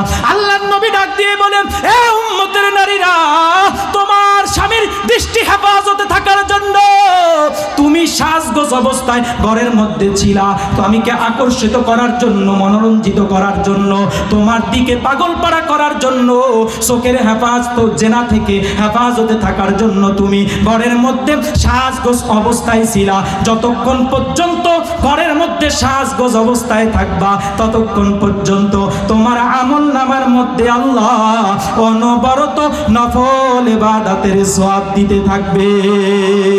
দাম আছে না নাই? জোরে বলেন আছে না নাই? স্বামীর জন্য সাজলে দাম আছে না নাই? কিন্তু বড় আফসোস আর দুঃখের বিষয় হলো আমার দেশের নারীরা আর মা বোনেরা আজকে স্বামীর জন্য সাজে না, সাজে পরপুরুষকে নিজের জন্য, নিজের দিকে আকৃষ্ট করার জন্য। কথা ঠিক কি না? ও মা, ঘরের মধ্যে সিরা পুরাতন পোশাক পরিধান করে থাকে অনেক নারীরাই এরকম, সবাই আবার এমন না, ঢালাও ভাবে বলতেছি না, অনেকে আছে পরিপাটি হিসাবে থাকে, পরিপাটি হয়ে থাকে, স্বামীকে কিভাবে নিজের দিকে মনোরঞ্জিত করবে, আকর্ষিত করবে সেই দিকে ফিকির থাকে। কিন্তু অধিকাংশ নারীরাই ঘরের মধ্যে এমন ভাবে চলাফেরা করে গন্ধের ধারে কাছেও যাওয়া যায় না। কথা ঠিক কি না? কিন্তু যদি রাত 12টা বাজে আইসা স্বামী বলতে পারে, আগামী শুক্রবার আমার বন্ধুর মেয়ের বিবাহ, তোমারে না নিয়ে গেলে নাকি গেট দিয়েই ঢুকতে দিবে না, বলছে আমার বন্ধু বলছে যে ভাবিরে যদি সাথে না নিয়ে আসো, তোমার তো দাওয়াত, ভাবিরও দাওয়াত, ভাবিরে যদি সাথে না নিয়ে আসো তাইলে কিন্তু গেট দিয়েই ঢুকতে দিব না। কয় দেখছো তোমার বন্ধু আমারে কত ভালো পায়, কত মহব্বত করে, একদম শুক্রবার যেদিন আসবে তারিখ দিয়া ক্যালেন্ডারের ভিতরে পুরা তারিখ দিয়া রাখে, শুক্রবার সকাল সকাল উইঠা কনকনে ঠান্ডা পানি দিয়া গোসল করে, নামাজ রোজার তো খবরই নাই, আলমিরার ভিতরে সুটকেসের ভিতরে দামি যত পাতলা জর্জেটের পোশাক আছে এমন পোশাক পরে বুক পিঠ খালি করে তারপরে বিবাহ খাওয়ার জন্য যায়, পর পুরুষকে পুরুষের সামনে নিজের শরীরকে প্রদর্শন করে। এমন জান্নাতি নারী আছে না নাই? ও মা, এরা জান্নাতি? আরো জোরে বলেন, এরা জান্নাতি? আল্লাহর নবী ডাক দিয়ে বলে, উম্মতের নারীরা, নিসাউন আরিয়াতুন কাসিয়াতুন মাইলাতুন মুমিলাতুন রুউসুহুন্না কাজনিমাতিল বুখতিল মাইলাত। আল্লাহর হাবিব জানিয়ে দেয়, হে উম্মতের নারীরা, ও উম্মতের দলেরা, কিয়ামতের আগে এমন এক শ্রেণীর নারীর আবির্ভাব হবে যেই নারীরা পোশাক পরেও উলঙ্গ থাকবে। সাহাবায়ে কেরাম বলে, পয়গম্বর, একটা মানুষ যখন পোশাক পরবে তখন আবার কিভাবে উলঙ্গ থাকবে? আল্লাহর নবী বলে, সাহাবীরা রে, এমন পোশাক পরবে, এমন পাতলা মসৃণ পোশাক পরবে, পোশাক পরার কারণে, পোশাকটা পাতলা হওয়ার কারণে তার ওই পোশাক অতিক্রম করে দেহের মধ্যে অঙ্গভঙ্গি কি রয়েছে সব কিছু বাহির থেকে এক্সরে রিপোর্টের মতো স্পষ্টভাবে বোঝা যাবে। এমন পোশাক বর্তমানে আছে না ভবিষ্যতে কারখানাওয়ালারা বাহির করবে? আছে। জোরে বলেন, আছে না নাই?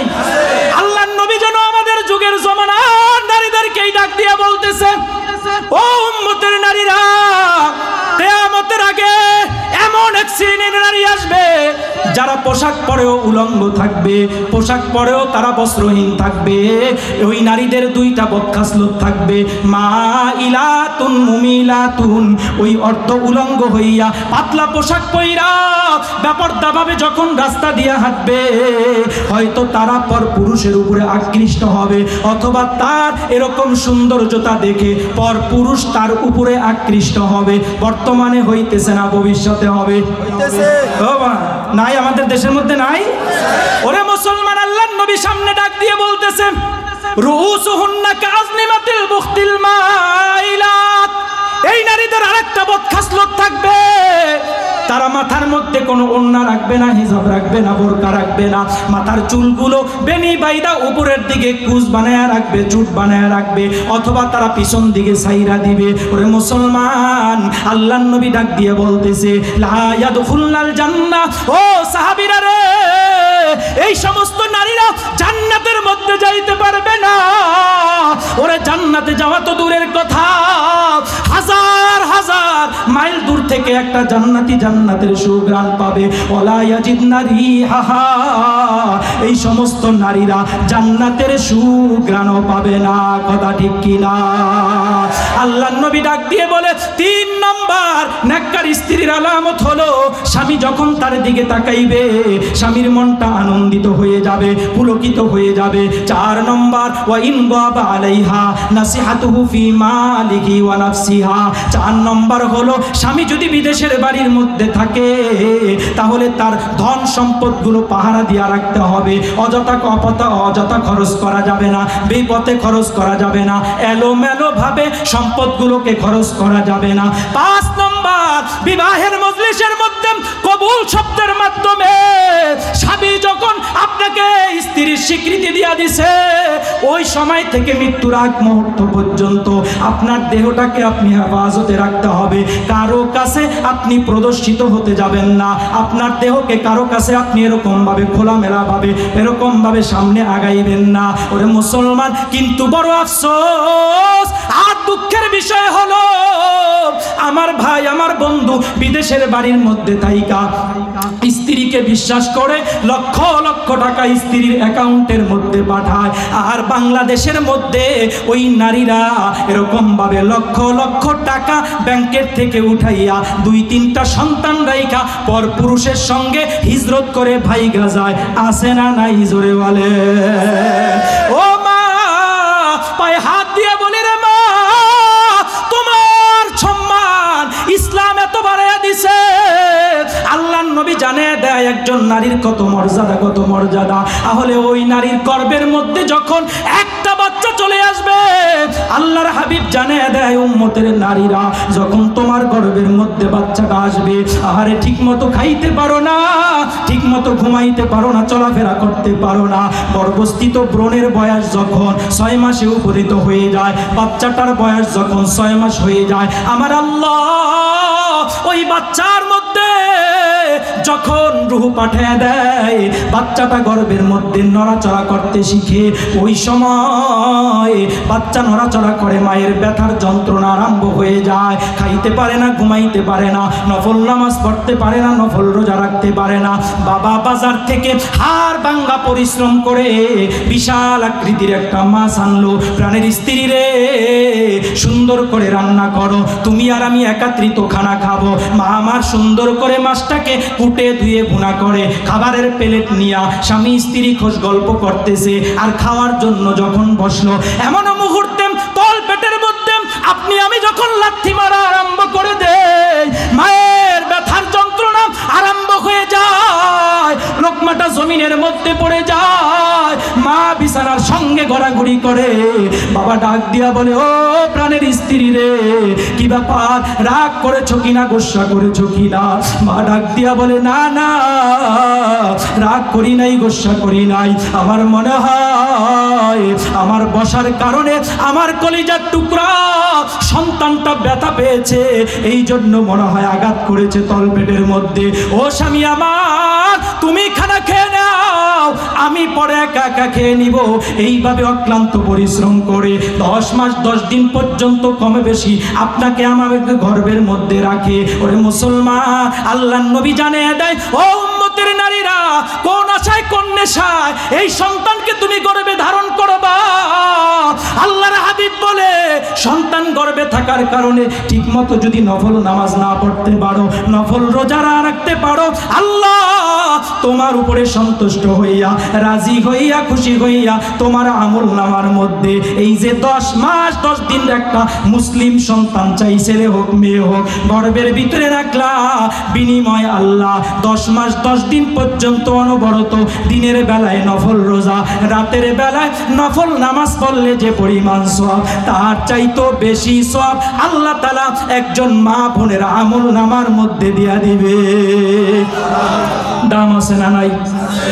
জোরে বলেন, আছে না নাই? সন্তান যখন ভূমিষ্ঠ হওয়ার সময় হয়, মায়ের টেনশন বেড়ে যায়, পেরেশানি আরো বেড়ে যায়। মা শ্বশুর বাড়ি থেকে বাবার বাড়িতে চলে যায়, আত্মীয় স্বজনের কাছে ক্ষমা চায়, বান্ধবীদের কাছে ক্ষমা চায়, প্রতিবেশীর কাছে ক্ষমা চায়, স্বামীকে জড়াইয়া ডাক দিয়া বলে, প্রাণের স্বামী রে, আমার মনে হয় সন্তান জন্মের সময় আমি আর বাঁচবো না। ও স্বামী আমার, আমার সন্তানটা যদি মারা যায়, আমি যদি মারা যাই, আমার সন্তানটা চাই ছেলে হোক চাই মেয়ে হোক, আমার সন্তানটাকে মাদ্রাসায় ভর্তি করাইবা, হাফেজ বানাইবা, আলেম বানাইবা, নুরানি মাদ্রাসায় পাঠাইবা। আরে এই যে নুরানি মাদ্রাসা রয়েছে, কত দাম, কত দাম। একটা সন্তানকে যদি মাদ্রাসার মধ্যে পাঠানো যায়, আল্লাহর নবী ডাক দিয়ে বলেন, ও উম্মতের দলেরা, তোমরা যদি জান্নাতের সার্টিফিকেট প্রাপ্ত, জাহান্নাম থেকে মুক্তি প্রাপ্ত ব্যক্তিদের দিকে দেখতে মন চায় তোমাদের, ফালিয়ানজুর ইলাল মুতাআল্লিম, তাহলে তোমরা এই মাদ্রাসার ছাত্রগুলোর দিকে তাকাও। জাহান্নাম থেকে মুক্তি প্রাপ্ত এবং জান্নাতের সার্টিফিকেট প্রাপ্ত এমন কোন ব্যক্তিকে যদি দেখতে মন চায়, এই যে নুরানি মাদ্রাসা আছে না, এখানে হেফজখানা আছে না নাই, এই ছাত্রদের দিকে তাকাও, তাহলে তোমাদের মনটা ভরে যাবে।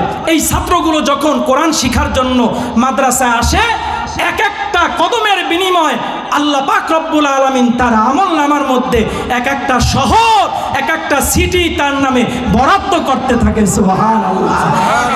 একটা কদমের বিনিময় আল্লাহর নবী ডাক দিয়ে বলে, 1 বছরে ইবাদতের সওয়াব ওই ছাত্রটার আমল নামার মধ্যে আল্লাহ তাআলা দিয়া থাকে। শুধু তাই নয়, ওয়ায়ুসবিহু ওয়ায়ুমসি মাগফুরাল্লাহু, সকাল থেকে সন্ধ্যা পর্যন্ত আল্লাহ পাক রব্বুল আলামিনের একদল ফেরেশতা ওই তালিবুল ইলম ছাত্রের জন্য, তার মা বাবা, আত্মীয় স্বজন, এলাকাবাসীর জন্য মাগফিরাতের দোয়া করতে থাকে। ওয়াশাহিদাত লাহুমুল মালাইকাতু বিআন্নাহুম উতাকাউ মিনান নার, আল্লাহর পক্ষ থেকে একদল ফেরেশতা ঘোষণা করতে থাকে, তালিবুল ইলম ছাত্র, আল্লাহ তাআলা তোমাকে জাহান্নাম থেকে মুক্তি দিয়া দিছে, জান্নাতের সার্টিফিকেট দিয়া দিছে। তাহলে এই ছাত্রগুলোর দাম আছে না নাই? জোরে বলেন, আছে না নাই? মা যখন ডেলিভারির সময় হয়ে যায়, পেরেশানি বেড়ে যায়, টেনশন বেড়ে যায়, অনেক সময় মায়ের মৃত্যু হয়, অনেক সময় সন্তানের মৃত্যু হয়, অনেক সময় উভয়ের মৃত্যু হয়। আহারে ডেলিভারির ব্যথার যন্ত্রণা যখন শুরু হয়ে যায়, ক্লিনিকের ভিতরে না হয়, ডাক্তার পরীক্ষা নিরীক্ষা করে যখন সন্তানের বাবাকে ডাক দিয়া বলে, এ সন্তানের বাবা, বাবা ডাক যদি শুনতে চাও তাহলে মাকে বাঁচাইতে পারবো না, মাকে যদি বাঁচাইতে চাই তাহলে সন্তান বাঁচাইতে পারবো না, সিদ্ধান্ত নাও কোনটা করব। ওরে মুসলমান, বাবা ডাক দিয়ে বলবে, ও ডাক্তারের দলেরা, গাছ যদি বেঁচে থাকে আল্লাহ একদিন না একদিন আবার ফল দিবে, তুমি গাছ বাঁচায় রাখো, মাকে বাঁচায় রাখো।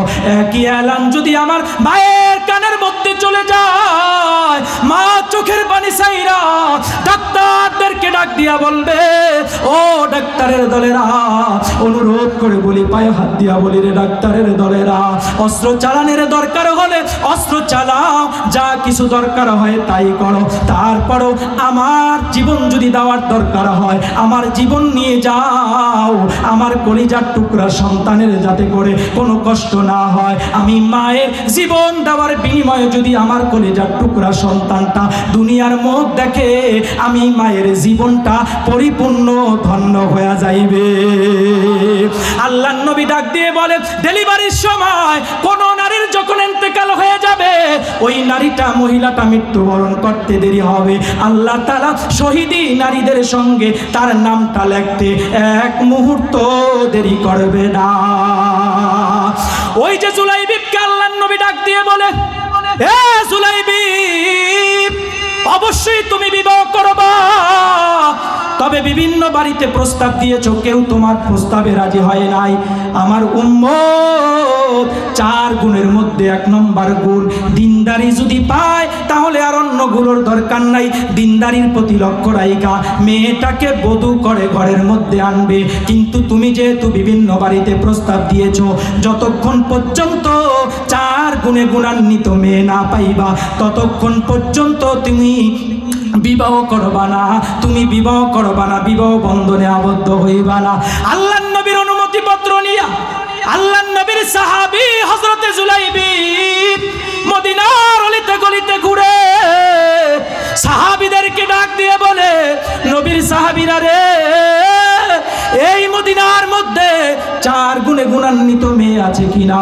সাহাবায়ে কেরাম বলে, না না, আমাদের জানা মতে এই 4 গুণে গুণান্বিত মেয়ে নাই। সাহাবায়ে কেরাম বলা বলি করতে লাগলো, মেয়েটা যদি 4 গুণে গুণান্বিত, এই গুণগুলো যদি তার মধ্যে থাকে, ছেলেটাও মনে হয় দেখতে অনেক সুন্দর, অনেক আকর্ষণীয় এবং দেখতে মনে হয় অনেক উচ্চতা সম্পূর্ণ। ছেলেটা এবার জুলাইবিব ডাক দিয়া বলে, সাহাবায়ে কেরাম বলে, ছেলেটাকে কয়, ছেলেটা আর কেউ নয়, আমি নিজে হলাম পাত্র। সাহাবায়ে কেরাম বলে, ও জুলাইবিব, তোমার কি মাথা খারাপ হয়েছে কিনা? তুমি এত সুন্দরী নারী বিবাহ করতে চাও, কিন্তু তোমার উচ্চতা নাই, দেখতে সুন্দর দেখা যায় না, বংশীয় মর্যাদাও তোমার ভালো না, তোমার টাকা পয়সাও নাই, অর্থ করি নাই, তোমার কাছে কোনো বাবা এই 4 গুণে গুণান্বিত মেয়ে দিবে না। জুলাইবিব ডাক দিয়া বলে, নবীর সাহাবীরা রে, 4 গুণে গুণান্বিত মেয়ে বিবাহ করার অনুমতি পরামর্শ দিয়েছে আমার পয়গম্বর। আল্লাহর নবীর পরামর্শ বাস্তবায়ন করা না করার মালিক জোরে চিল্লায়া বলেন কে? আরো জোরে সরে বলি কে? জিকির করে লা ইলাহা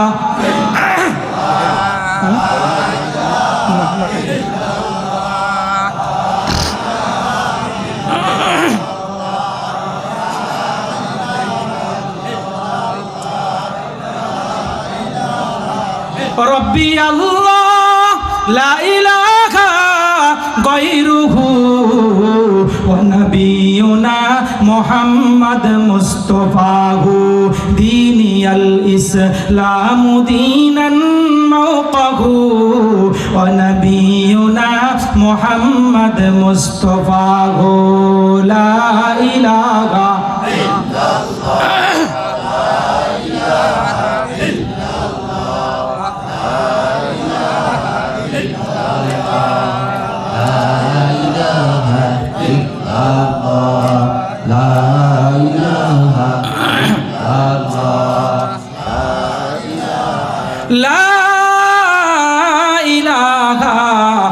ইল্লাল্লাহু মুহাম্মাদুর রাসূলুল্লাহ। আল্লাহর নবীর অনুমতি পত্র নিয়ে এবার জুলাইবিব মদিনার অলিতে গলিতে ঘুরে ঘুরতে ঘুরতে এক জায়গায় যাইয়া একজন সাহাবী বলে, রে জুলাইবিব, এই এলাকার মধ্যে নয় 8 কিলোমিটার দূরে একটা বংশ রয়েছে, ওই বংশের মধ্যে যাও, সেখানে গেলে হয়তো একটা সুন্দরী মেয়ে আছে, মেয়ের বাবার টাকা পয়সা আছে, বংশীয় মর্যাদাও ভালো এবং নাম্বার 1-এর মেয়েটা দিনদার, প্রস্তাবটাও হয়তো কবুল হয়ে যেতে পারে, প্রস্তাবটা কবুল হইতে পারে। আল্লাহর নবীর সাহাবী হযরত জুলাইবিব এবার অনুমতি পত্র নিয়ে মেয়ের বাবার সামনে উপস্থিত, দরওয়াজা নক করলো, মেয়ের বাবা সামনে চলে আসলো। মানান্তা তুমি কে? বলে আমি জুলাইবিব। কোথার থেকে আসছো? বলে আমি নবীর দরবার থেকে আসছি। কেন আসছো? বলে তোমার নাকি একটা সুন্দরী মেয়ে আছে, আল্লাহর নবীর পরামর্শ তোমার মেয়েটাকে আমার কাছে বিবাহ দেওয়ার জন্য নবী বলেছে। এবার জুলাইবিবের চেহারার দিকে মেয়ের বাবা তাকে দেখতেছে, চেহারা সুন্দর নয় এবং বংশীয় মর্যাদা জিজ্ঞেস করেছে, বংশ পরিচয় ততটা ভালো না এবং মান মর্যাদা ততটা উচ্চের নয়। মেয়ের বাবা মনে মনে ভাবছিল, যেই মেয়েটাকে স্বর্ণের চামচ মুখে দিয়া জন্ম দিছে, যেই মেয়েটা কোনোদিনও অভাব কি জিনিস সেই জিনিস কখনো বোঝে নাই, ওই মেয়েকে যদি এই ছেলের কাছে উঠে দেওয়া হয় তাহলে বিবাহটা টিকবে না, বিবাহটা বিচ্ছেদ হয়ে যাবে। মেয়ের বাবা বলে, জুলাইবিব, আল্লাহর নবীর পরামর্শ আল্লাহর নবী দিয়েছে, তবে আমি হলাম এই মেয়ের পরিচিত অভিভাবক, আমি তোমার কাছে এই মেয়েটাকে বিবাহ দিব না। ওই সেন্সে বলেছে মেয়েটা মনে হয় রাজি হবে, মেয়েটা মনে হয় রাজি হবে না। যখন ছেলেটা চলে গেল, যাওয়ার পর এবার যখন বাবা ঘরের মধ্যে গেছে, ঘরের মধ্যে যাওয়ার পর মেয়ে ডাক দিয়া বলতেছে, বাবা আমাদের ঘরে কে আসছে? কয় মেহমান আসছে। কেন আসছে? বলে মা কি বলবো, তোমাকে বিবাহ করার জন্য আসছে। মেয়ে তো সব শুনছে, ডাক দিয়া বলতেছে, মা কেন তোমাকে বিবাহ করার জন্য আসছে? বাবা তুমি কি বলছো? বলে যে না, আমি প্রস্তাব প্রত্যাখ্যান করেছি, কবুল করে নেই। কেন? কয় ছেলেটা দেখতে সুন্দর না, তুমি তাকে পছন্দ করবা না। এবার মেয়েটা ডাক দিয়া বলতেছে, বাবা একবারও কি জিজ্ঞেস করেছো ছেলেটাকে কে পাঠাইছে? বলে হ্যাঁ, আল্লাহর নবী পাঠাইছে। সুবহানাল্লাহ। মেয়েটা ডাক দিয়ে বলে, বাবা আল্লাহর নবী যদি ছেলেটাকে পাঠিয়ে থাকে, ছেলেটা সুন্দর না হইতে পারে, কিন্তু আমার নবী তো অনেক সুন্দর। আমার নবী কেমন সুন্দর? জাবের ইবনে সামুরা রাদিয়াল্লাহু তাআলা আনহু বলে, রাআইতু ফি লাইলাতিন ইজহিয়ানি ওয়া আলাইহি উল্লাতুন হামরা ফারাআইতু আনজুরু ইলাইহি ওয়া ইলাল কমার। আল্লাহর নবী বলে, আল জাবের ইবনে সামুরা রাদিয়াল্লাহু তাআলা আনহু বলে, আমি একদিন 14 তারিখ দিবাগত রাতে চাঁদের যখন পূর্ণ আলো নিয়ে আকাশের প্রান্তর থেকে যখন চাঁদ চতুর্দিকে আলো ছড়াইতেছিল, আমি পয়গম্বরের সামনে উপস্থিত হইলাম। চাঁদ থেকে আলো বিচ্ছুরিত হইতেছে, আমার নবীর চেহারা থেকে আলোর ফোয়ারা চতুর্দিকে ছড়িয়ে পড়তেছে। আমার মনের মধ্যে কৌতূহল সৃষ্টি হলো, আকাশের চাঁদ সুন্দর নাকি আমার পয়গম্বরের চেহারা সুন্দর? আকাশের চাঁদ সুন্দর নাকি আমার নবীর চেহারা সুন্দর? আমি কৌতূহল বশত একবার আকাশের চাঁদের দিকে তাকাই, আবার আমার নবীর চেহারার দিকে তাকাই। কয়েকবার যখন আমি আমার দৃষ্টিটাকে আপ ডাউন করলাম, আমার মনটা সাক্ষী দিয়া দিল, ওই আকাশের চাঁদের চাইতে আমার পয়গম্বরের চেহারা আরো কোটি কোটি গুণে বেশি সুন্দর। রুখসারে সে বরকা का जरा पर्दा उठा दो, लिल्लाह के मुझे हुस्न खुदा दाद दिखा दो। आए बाहर करम सदगा हुसैन बिन अली का, पियासा को मुझे शरबते दीदार पिला दो। और मुसलमान ईमानदार মেয়ে ডাক দিয়ে বলে, বাবা ছেলেটা সুন্দর না হইতে পারে, ছেলের যে প্রকৃত অভিভাবক আল্লাহর পয়গম্বর আমার নবী তো হলো অনেক সুন্দর। ও বাবা, ছেলেটার বংশ মর্যাদা ভালো না হইতে পারে, কিন্তু ছেলের যেই প্রকৃত অভিভাবক আমার পয়গম্বর, ওই নবীকে আল্লাহ তাআলা এমন এক বংশের মধ্যে পাঠাইছে যেই বংশটার নাম দ্বিতীয় আর কোনো ব্যক্তির রাখা তো দূরের কথা, রাখার কল্পনাও তাদের অন্তরের মধ্যে আসে না। এই কথা ঠিক কিনা? মেয়ে ডাক দিয়ে বলে, বাবা ছেলের বংশীয় মর্যাদা নাই তাতেও সমস্যা নাই, টাকা পয়সা নাই তাতেও সমস্যা নাই, সৌন্দর্যতা নাই তাতেও সমস্যা নাই। যেই ছেলের অভিভাবক স্বয়ং আল্লাহর নবী হয়েছে, ওই ছেলে কোনোদিনও স্বাভাবিক ছেলে হইতে পারে না। ও বাবা, ওই ছেলের স্ত্রীদের খাতার মধ্যে যদি আমি আমার নামটা লেখা দিতে পারি, আমার জীবন ধন্য হয়ে যাইবে। ও বাবা গো, আমিও রাজি। যাও যাও, তুমি যাইয়া আল্লাহর নবীর দরবারে আমার কথা পরামর্শটা তুমি জানিয়ে দাও। এবার আল্লাহর নবীর দরবারে মেয়ের বাবা রওনা হয়ে গেল। যাইতে যাইতে শর্টকাট রাস্তা দিয়ে জুলাইবিবের আগে আল্লাহর নবীর দরবারে উপস্থিত হয়ে গেছে। নবীকে ডাক দিয়া বলে, পয়গম্বর বুঝতে পারি নাই, মনে করেছিলাম আমার মেয়েটা মনে হয় বিবাহে রাজি হবে না গো পয়গম্বর। আমার মেয়েও রাজি, স্ত্রীও রাজি, পরিবারের সব সদস্য রাজি, আমিও রাজি। আর দেরি নয়, আপনার বরকতি জবান দিয়া আপনি যেই ছেলের অভিভাবক হয়েছে ওই জুলাইবিবের সঙ্গে আমার কন্যার সঙ্গে আপনি বিবাহ পড়ে দেন। বিবাহ সম্পাদন হওয়ার পর আল্লাহর নবী ডাক দিয়ে বলে, সাহাবীরা রে, আমার জুলাইবিব স্ত্রীর সঙ্গে মোলাকাত করার জন্য যাবে, সাক্ষাৎ করার জন্য যাবে। আমার জুলাইবিব গরিব প্রকৃতির, তার কাছে কোনো অর্থ করি নাই, টাকা পয়সা নাই, ব্যাংক ব্যালেন্স নাই। যাও যাও, যার কাছে যা আছে আমার জুলাইবিবকে দিয়া তোমরা সহযোগিতা করো। মুহূর্তের মধ্যে 2000 দিরহামের একটা পোটলা জুলাইবিবের সামনে উপস্থিত হয়ে গেছে।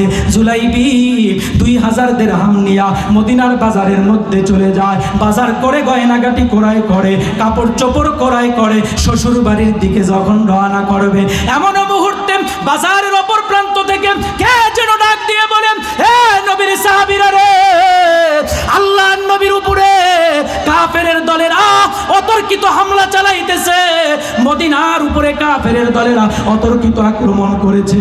নবীর সাহাবীরা রে, কে আছো এলাই কালিমাতুল্লাহর জন্য, আল্লাহর দ্বীনকে বলন্দ করার জন্য? সাহাবায়ে কেরামের পক্ষ নিয়া, নবীর পক্ষ নিয়া, ইসলামের পক্ষ নিয়া, কালেমার পক্ষ নিয়া, তাওহীদের পক্ষ নিয়া ময়দানের মধ্যে যাইয়া নবীর ইজ্জত রক্ষার জন্য জিহাদ করবা। যাও যাও, চলো জিহাদের ময়দানের মধ্যে যাও। এলান যখন জুলাইবিবের কানের মধ্যে চলে আসলো, জুলাইবিব জায়গায় স্থানে দাঁড়ায় গেল। না না, আমার পয়গম্বর জিহাদের ময়দানে যাইয়া কাফেরের হাতে মাইর খাবে, আমার পয়গম্বর জিহাদের ময়দানের মধ্যে যাইয়া কাফেরের মাধ্যমে আক্রান্ত হবে, অপমানিত হবে, আর আমি শ্বশুর বাড়িতে যাইয়া মজা করব, তা আমি জীবিত থাকতে কোশ্চিন কালেও সম্ভব নয়। ওরে মুসলমান, ওলামায়ে কেরাম ময়দানের মধ্যে যাইয়া একা একা পুলিশের হাতে অ্যাটাক হবে, আক্রান্ত হবে, এটা কোশ্চিন কালেও সম্ভব নয়। আমরাও পণ করে নেই, ওলামায়ে কেরাম যখন আমাদেরকে ডাক দিবে তখনই আমরা জীবন বাজি রেখে ময়দানে ঝাঁপিয়ে পড়ব। কথা ঠিক কিনা? জুলাইবিব ডাক দিয়ে বলেন, না না, আমি শ্বশুর বাড়িতে যাব না, আমিও পয়গম্বরের পক্ষ নিয়া সাহাবায়ে কেরামের দলে দলভুক্ত হইয়া জিহাদের ময়দানের মধ্যে যাইয়া জিহাদ করব। জিহাদ করার জন্য তরবারির দরকার আছে, ঘোড়ার দরকার আছে, টাকা পয়সা যা ছিল সব কিছুই তো এরকম ভাবে শেষ হয়ে গেছে, বাজার করে নিছে। বুদ্ধি করে সব দোকানদারের কাছে যাইয়া এরকম ভাবে পণ্যগুলো ফেরত দিয়ে দেয় আর টাকাগুলো ফেরত নিয়ে নেয়। আমগো দেশের দোকানদাররা যদি হইতো তাহলে ওই পণ্য কি আর ফেরত নিত? জোরে বলেন। আরো তো বিবাহের বাজার 1 টাকার পণ্য 3 টাকা দিয়া বিক্রি করে। কথা ঠিক না বেটে? কয় ভাই অন্য বাজার হলে নিতাম, এটার দরকার নাই। দেখেন না আমগো দেশের মধ্যে শপিং ব্যাগের ভিতরে লেখে ধন্যবাদ, আবার আসবেন, নিচে দিয়া লেখে বিক্রিত মাল ফেরত নেওয়া হয় না। আছে না নাই? জোরে বলেন। বিক্রিত মাল ফেরত নেওয়া আমার নবীর সুন্নত। জোরে বলেন কার সুন্নত? আরো জোরে বলেন কার সুন্নত? নবীর একটা সুন্নত যদি জিন্দা করা যায়, নবীর সঙ্গে জান্নাতে থাকা যাবে। সুবহানাল্লাহ। নবীর সঙ্গে জান্নাতে থাকতে রাজি আছি না নাই? বলে হুজুর বিক্রিত মাল ফেরত নিয়া, বিক্রিত মাল নিয়া 3 দিন পরে আনলো কিংবা 2 দিন পরে আনলো, এই মালটা যদি আমার দোকানের মধ্যে থাকতো তাহলে আরেকটা ক্রেতা আসতো, দেখা সে পছন্দ করে নিয়ে যাইতো, আমার তো ক্ষতি হয়ে গেছে। আল্লাহর নবী বলে এক জায়গা দিয়া ক্ষতি হয়েছে, তোমার এই পণ্যটা ওই ব্যক্তির কাছে থাকার কারণে, তারপরও তুমি যে বিক্রিত মালটা আবার ফেরত নিছো, এই মালটা সদকা করলে যে পরিমাণ সব ফেরত নেওয়ার কারণে সমপরিমাণ সব আল্লাহ তাআলা তোমার আমলনামার মধ্যে জমা করে দিবে। সুবহানাল্লাহ। তাহলে দাম আছে না নাই? আরো জোরে বলেন আছে না নাই? তাহলে আগামী কালকে থেকে আমরা লিখে নিব শপিং ব্যাগের মধ্যে ধন্যবাদ, আবার আসবেন, বিক্রিত মাল ফেরতযোগ্য যদি এগুলো ব্যবহার না করা হয়, ব্যবহৃত না হয়। ও মা সারিয়া আপনি এরকম ভাবে লুঙ্গি একটা নিলেন, 2 দিন পরার পরে আপনার ম্যাডামে পছন্দ করলো না, লুঙ্গিটা নিয়ে আবার দোকানদারের ফেরত দিয়া দিলেন, চলবে? জোতা একজোড়া নিছেন কি না, 2 দিন পায়ে দিয়া তারপরে বন্ধু বান্ধবে কয় কি জোতা কিনছো, আবার ফেরত দিয়া দিছেন, চলবে? ব্যবহারের আগে, ভাঁজ ভাঙ্গার আগে যদি আপনার কালার চয়েস না হয়, আপনি পরিবর্তন করতে চান, ইসলাম সেটার অনুমোদন দেয়। দোকানদার যদি এটাকে পরিবর্তন করে দেয় অথবা টাকাটা ফেরত দেয়, এই পণ্যটা সদকা করলে যে পরিমাণ সব, সম পরিমাণ সব দোকানদারের আমলনামার মধ্যে আল্লাহ দিয়ে দেবে। সুবহানাল্লাহ।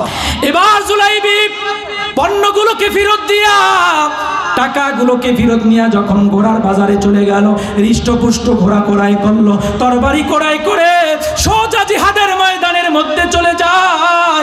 জিহাদের ময়দানের মধ্যে যাইয়া আল্লাহর নবীর অনুমতি নিয়া কাফেরের সঙ্গে যুদ্ধ করা আরম্ভ করে।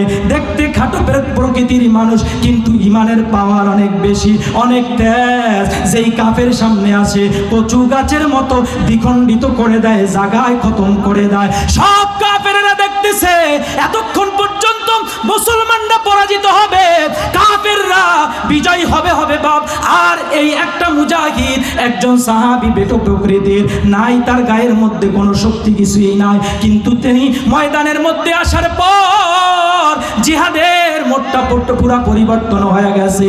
কাফেররা বিজয় অর্জন করবে, অথচ উল্টো এখন মুসলমানদের হাতে বিজয় চলে যাবে ভাব। এবার কাফেরেরা পরামর্শ করতে লাগলো, এই মুজাহিদকে যদি জিহাদের ময়দান থেকে বাড়ি ফেরত যাইতে দেই, জিন্দা যাইতে দেই, তাহলে ভবিষ্যতে মুসলমানদের সঙ্গে আমাদের যত যুদ্ধ বাঁচবে, কোনো যুদ্ধতে আমরা বিজয় অর্জন করতে পারবো না। সুতরাং যে করেই হোক না কেন একে এই ময়দানের মধ্যে খতম করতে হবে। পরামর্শ নিয়া চতুর্পাশ দিয়ে, জুলাইবিবের চতুর্পাশ দিয়ে গোলাকৃতি হইয়া চতুর্পাশ থেকে উপর্যুপরি আক্রমণ করা আরম্ভ করে দেয়। কেউ তীর নিক্ষেপ করে, কেউ ধনুক নিক্ষেপ করে, ইট পাটকেল নিক্ষেপ করে। আঘাতে আঘাতে জর্জরিত হইয়া আল্লাহর নবীর সাহাবী জুলাইবিব জমিনের মধ্যে পড়ে যায়। নরপিচাস একটা কাফের আইসা নবীর সাহাবীর কল্লাটাকে দ্বিখণ্ডিত করে দেয়। বিকাল যখন হয়ে যায়, আল্লাহর নবী সাহাবীদেরকে ডাক দিয়া বলে, আমার সাহাবীরা রে, এলায়ে কালিমাতুল্লাহর জন্য, ইসলামের পতাকাকে বলন্দ করার জন্য জিহাদের ময়দানে কারা শাহাদাত বরণ করেছে, তাকে রক্ত মাখা লাশগুলো তোমরা জমা করো। আমি নবী তাদের জানাজার নামাজ পড়াবো, আমি নবী তাদের ইমামতি করব। কারণ নবী যেই মজলিসের মধ্যে উপস্থিত, জানাজা পড়াবে নবী, ইমামতি করবে নবী, ফতোয়া দিবে নবী, সিদ্ধান্ত দিবে নবী, সামনে হাঁটবে নবী, নবীর সামনে হাইটা, নবীর সামনে হাঁটার, উচ্চ কণ্ঠে কথা বলার পারমিশন দুনিয়ার কাউকে আমার আল্লাহ দেয় নাই। কথা ঠিক কিনা? আলেম যেই মজলিসের মধ্যে উপস্থিত, ফতোয়া দিবে আলেম, ইমামতি করবে আলেম, সিদ্ধান্ত দিবে আলেম, ইসলামী এরকম ভাবে ধর্মীয় সিদ্ধান্ত দিবে আলেম। যদি আমরা এরকম ভাবে অতিক্রম হইয়া আলেমদেরকে ওভারটেক করে যদি আমরা সিদ্ধান্ত দিতে যাই, ওই সিদ্ধান্তটা ইসলামী শরীয়তের দৃষ্টিতে গ্রহণযোগ্য হবে না। কথা ঠিক কিনা? ইমামতি করবে আলেম, কোন সভাপতি, সেক্রেটারি, ক্যাশিয়ার অথবা অন্য কোনো এলাকার নেতা ইত্যাদি এরা যদি বলে, হুজুর আপনি ইমাম সাহেব মানুষ, দেখতে সুন্দর মন্দন নাই, এই এলাকায় আপনার তত বিল্ডিং টিল্ডিংও নাই, আমার 4-5টা বিল্ডিংয়ের মালিক, আমি নগদ টাটকা হজ করে আসলাম, উমরা করে আসলাম, আপনি পিছনে আসেন, আমি ইমামতি করি। আলহামদুলিল্লাহ, যদি তেলাওয়াত সহি থাকে তাহলে তো ভালো, আর যদি তেলাওয়াত সহি না থাকে, ওই সামনে যাওয়ার কারণে, ইমামের পিছনে দেওয়ার কারণে নামাজ হবে? জোরে বলেন, নামাজ হবে? অনেকে মনে করে হুজুররা বোঝে কি, টুপিওয়ালারা বোঝে কি, আসে না নাই? আসে না একদল? হুজুরগো কাম হলো খালি জানাজা পড়াবে আর মিলাদ শরীফ ইত্যাদি এগুলো পড়ে। এত টেনশন, এত আলোচনা হুজুররা করে কেমনে? আর এত আলোচনা, এত টেনশন হুজুরগো দরকার কি? রাষ্ট্র নিয়ে কথা বলা, এরকম ভাবে সমাজ নিয়ে কথা বলার, এগুলোর দরকার আছে কি? এই হুজুররা কি বোঝে? এরকম বলে কি বলে না? জোরে বলে। ওই এক বাচ্চার মাথা পাগল হয়ে গেছে, শেষ পর্যায়ে ঘটনা বলে আমি শেষের দিকে চলে যাব। এক বাদশার মাথা পাগল হয়ে গেছে। বাদশা ডাক দিয়া বলতেছে, আমার রাষ্ট্রের মধ্যে কেউ যদি একটা নতুন কথা শোনাইতে পারে তাহলে তাকে অর্ধেক রাজ্য লেখা দিব, আর যদি 2টা নতুন কথা শোনাইতে পারে তাহলে পুরা রাজ্য তার নামে লিখে দিব। উজির নাজির যারা আছে এরা সবাই উপস্থিত হয়ে বলতেছে, বাদশা আপনার কথা আপনি উল্টা করেন, এই 2 জনে 2টা নতুন কথা শোনাইবে, পুরা রাজ্য তাদের নামে লেখা নিয়ে যাইবে। আপনার কথা উল্টা করেন, যদি আপনি উল্টা না করেন তাহলে ভিক্ষার থলি হাতে নিয়া, ভিক্ষার পেয়ালা হাতে নিয়া আপনাকে রাস্তায় রাস্তায় ভিক্ষুকের বেশে হাঁটতে হবে। বাদশা বলে, দেখো আমি যা জানি তোমরা তা জানো। কয় কি জানেন? কয় সকাল থেকে সন্ধ্যা পর্যন্ত সব মানুষগুলো সিরিয়াল দিয়ে দিয়ে আস্তে আস্তে নতুন কথা শুনাইবে, শুনাইতে শুনাইতে যখন শেষ পর্যায়ে আসবে আমি বলবো আমি এটা জানি, আমি এটা পারি, তোমার কাছে যদি আর কোনো নতুন কথা থাকে তুমি সেটা নিয়ে আসো। এমন করতে করতে হাজার হাজার নতুন কথা আমি শিখে ফেলবো, কেউ আমার থেকে উপহার নিতে পারবে। কয় দেখছো বাদশার তো ভালোই বুদ্ধিশুদ্ধি আছে। এবার তারিখ অনুযায়ী সকাল থেকে সন্ধ্যা পর্যন্ত সবাই সিরিয়াল দিয়ে নতুন কথা শোনাইতেছে। যখন কথার শেষ পর্যায়ে আসবে তখনই বলে আমি এটা পারি, আমি এটা জানি, তোমার কাছে যদি আর কোনো নতুন কথা থাকে তুমি সেটা নিয়ে আসো। এমন করতে করতে বিকাল হয়ে গেছে, কেউ উপহার পাইতেছে না, ময়দান প্রায় খালি হয়ে গেছে, সবাই নিরুপায় হইয়া এবার বাড়ির দিকে মুখটা বেজার করে চেহারাটা মলিন করে রওনা হয়ে গেছে। ওই রাস্তা দিয়ে একজন ইমাম সাহেব যাইতেছে সাইকেল চালায়া। ইমাম সাহেব যাইতেছে আর জিজ্ঞেস করতেছে কিরে বাদশার দরবারে আজকে এত মানুষ, কারণটা কি? বাদশার দরবারে কি রিলিফের মালটাল দেওয়া হয় কিনা? রিলিফের মাল চিনেননি আপনারা? ওই যে বাদশা আমাদের চেয়ারম্যান মেম্বার মন্ত্রী এমপি তাদের কাছে রিলিফের মাল দেওয়া হয় কি দেওয়া হয় না? জোরে বলেন। চাউল ডাল ইত্যাদি এগুলো দেওয়া হয়। তো ইমাম সাহেব আবার রিলিফের মালের কথা জিজ্ঞেস করছে, কারণটা কি? কথায় কথা আসে। আলহামদুলিল্লাহ আপনাদের শহর অঞ্চলের মধ্যে আমাদের ঢাকার শহরে উল্লেখযোগ্য যে সকল মসজিদগুলো আছে ইমাম সাহেবের বেতন আলহামদুলিল্লাহ সন্তোষজনক, কিন্তু গ্রামগঞ্জের মধ্যে এমনও মসজিদ আছে ইমামের বেতন 2000, 2500, 3000 টাকা। তাও আবার খোঁজ নিলে এক একজন মুসল্লির 50 টাকা 30 টাকা বেতন মাসিক, 4-5 মাস পর্যন্ত বেতন বাকি থাকে। এমন জান্নাতি মুসল্লি আছে না নাই? জোরে বলেন আছে না নাই? এই সমস্ত এগুলো করব না। যে সমস্ত মসজিদে এরকম ভাবে বেতন ধরতি আছে, মাস শেষ হওয়ার সঙ্গে সঙ্গে আমরা ইমামের বেতনটা পরিশোধ করব। মাদ্রাসায় ছাত্র পড়তেছে, আমার সন্তান পড়তেছে, সন্তানের যে বেতন আছে এই বেতনটাকে আমি পরিশোধ করব। রাজি আছি তো ইনশাআল্লাহ? এখন ইমাম সাহেব বলতেছে কি ব্যাপার, বাদশার দরবারে কি রিলিফের মালটাল দেওয়া হয় কিনা? কয় না হুজুর, রিলিফের মাল দেওয়া হয় না। বাদশার দরবারে যদি একটা নতুন কথা শোনাইতে পারে অর্ধেক রাজ্য, আর 2টা শোনাইতে করলে পুরা রাজ্য লেখা দিবে। কয় সত্য নি? হা সত্য। এবার যায়া স্টেজের ভিতরে উইসা বাদশারে বলতেছে, বাদশাহ ভালো করে বুঝা শুনা বলেন, আপনি নাকি একটা নতুন কথা শোনাইলে অর্ধেক রাজ্য, 2টা বললে 2টা শোনাইলে পুরা রাজ্য লেখা দিবেন, সত্য নি? হা সত্য। তুমি শোনাইতে পারবা? হা পারবো, কিন্তু আপনি বুঝা শুনাই এলান দেন। কয় পারবো, কোনো সমস্যা নাই, এই সব দোষ তোমকে টুপিয়া লাগো, খালি তোমরা পেশাল পেটো বেশি, যদি পারো শুনাইবা, না পারলে তুমি চইলা যাইবা। এবার ইমাম সাহেব পাশের চেয়ারে বাদশার পাশে পয়সা ডাক দিয়া বলছে, বাদশাহ ভালো কইরা শুনেন, দিলের কান দিয়া শুনেন, আপনার আব্বাই আমগো আব্বার থেকে 500 কোটি টাকা নিছে, তার মানে আমার বাপে আপনার বাপের থেকে 500 কোটি টাকা পায়, এই কথা আপনি শুনছেননি? বাদশাহ যদি কয় হ্যাঁ আগে থেকে জানি, তাহলে আপনার বাপের ঋণ কইরা গেছে, এই ঋণটা পরিশোধ করেন। আর বাদশাহ যদি কয় না এই কথা তো আমার 14 গোষ্ঠী তো জানে না, তাহলে নতুন কথা হয়ে গেল, আপনার রাজ্যের অর্ধেকটা রেখে দেন। বাদশাহ এবার বিপদের মধ্যে পড়ে যায়। বাদশাহ ডাক দিয়া বলে, এতদিন মনে করেছিলাম টুপিওয়ালারা কোনো কিছু জানে না, এখন দেখি টুপিওয়ালারা যা জানে আমার 14 গোষ্ঠীতে পুরা রাজ্যের মানুষও তা জানে না। কথা ঠিক না বেঠে? ওরে মুসলমান, আল্লাহর নবী ডাক দিয়ে বলে, সাহাবীরা রে, আমার দিনকে প্রতিষ্ঠা করার জন্য, আদর্শ বাস্তবায়ন করার জন্য ময়দানের মধ্যে যারা জীবন বিলিয়ে দিয়েছে তাদের রক্তমাখা লাশগুলোকে জমা করো, আমি নবী জানাজার নামাজ পড়াবো, আমি নবী তাদের ইমামতি করব। সব লাশগুলো জমা করতেছে, সাহাবায়ে কেরাম জমা করতে করতে জুলাইবিবের লাশের প্রতি যখন নজরটা পড়ে গেল, সাহাবীরা কান্দে, নবীও কান্নাকাটি করতেছে, চোখের পানি দর দর করে জমিনের মধ্যে পড়তেছে। জানাজার সময় হয়ে গেছে, আল্লাহর নবী নিজের তাবু থেকে খিমা থেকে জানাজা পড়ানোর জন্য যখন যাবে, সাহাবায়ে কেরাম পয়গম্বরের পায়ের দিকে তাকায় দেখতেছে, আল্লাহর নবী পায়ের উপরে স্বাভাবিকভাবে ভর দিয়া হাঁটেন না, স্বাভাবিকভাবে সব সময় যেমন হাঁটতেন ওইভাবে হাঁটেন না, পায়ের পাতার উপরে ভর দিয়া হাঁটতেছেন, অঙ্গুলির উপরে ভর দিয়া হাঁটতেছেন। সাহাবায়ে কেরাম ডাক দিয়ে বলে, পয়গম্বর বহু জানাজায় আপনার সঙ্গে একত্রিত জানাজার নামাজে উপস্থিত হয়েছি গো পয়গম্বর, কোন জানাজার মধ্যে আপনি পায়ের উপরে ভর দিয়া হাঁটেন না? কেন পায়ের পাতার উপরে ভর দিয়া হাঁটতেছে? আল্লাহর নবী ডাক দিয়া বলতেছে, রে সাহাবীরা, আমার জুলাইবি বিবাহ করার জন্য অধীর আগ্রহ নিয়ে অপেক্ষমান ছিল। আল্লাহ তাআলা তাকে একটা সুন্দরী নারীও ব্যবস্থা করে দিয়েছে। বিবাহ করার পর ওই নারীর সঙ্গে দেখা করতে পারে নাই, এক মুহূর্তের জন্য সাক্ষাৎ করতে পারে নাই। জিহাদের ময়দানে আয়েশা জীবন বিলিয়ে দিয়েছে।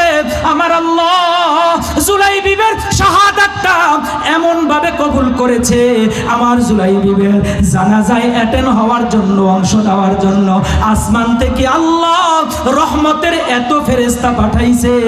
ওই রহমতের ফেরেশতাদের সংখ্যাধিক্যের কারণে আমি নবী ওই ময়দানের মধ্যে স্বাভাবিকভাবে পায়ের উপরে ভর দিয়া হাঁটতে পারি না।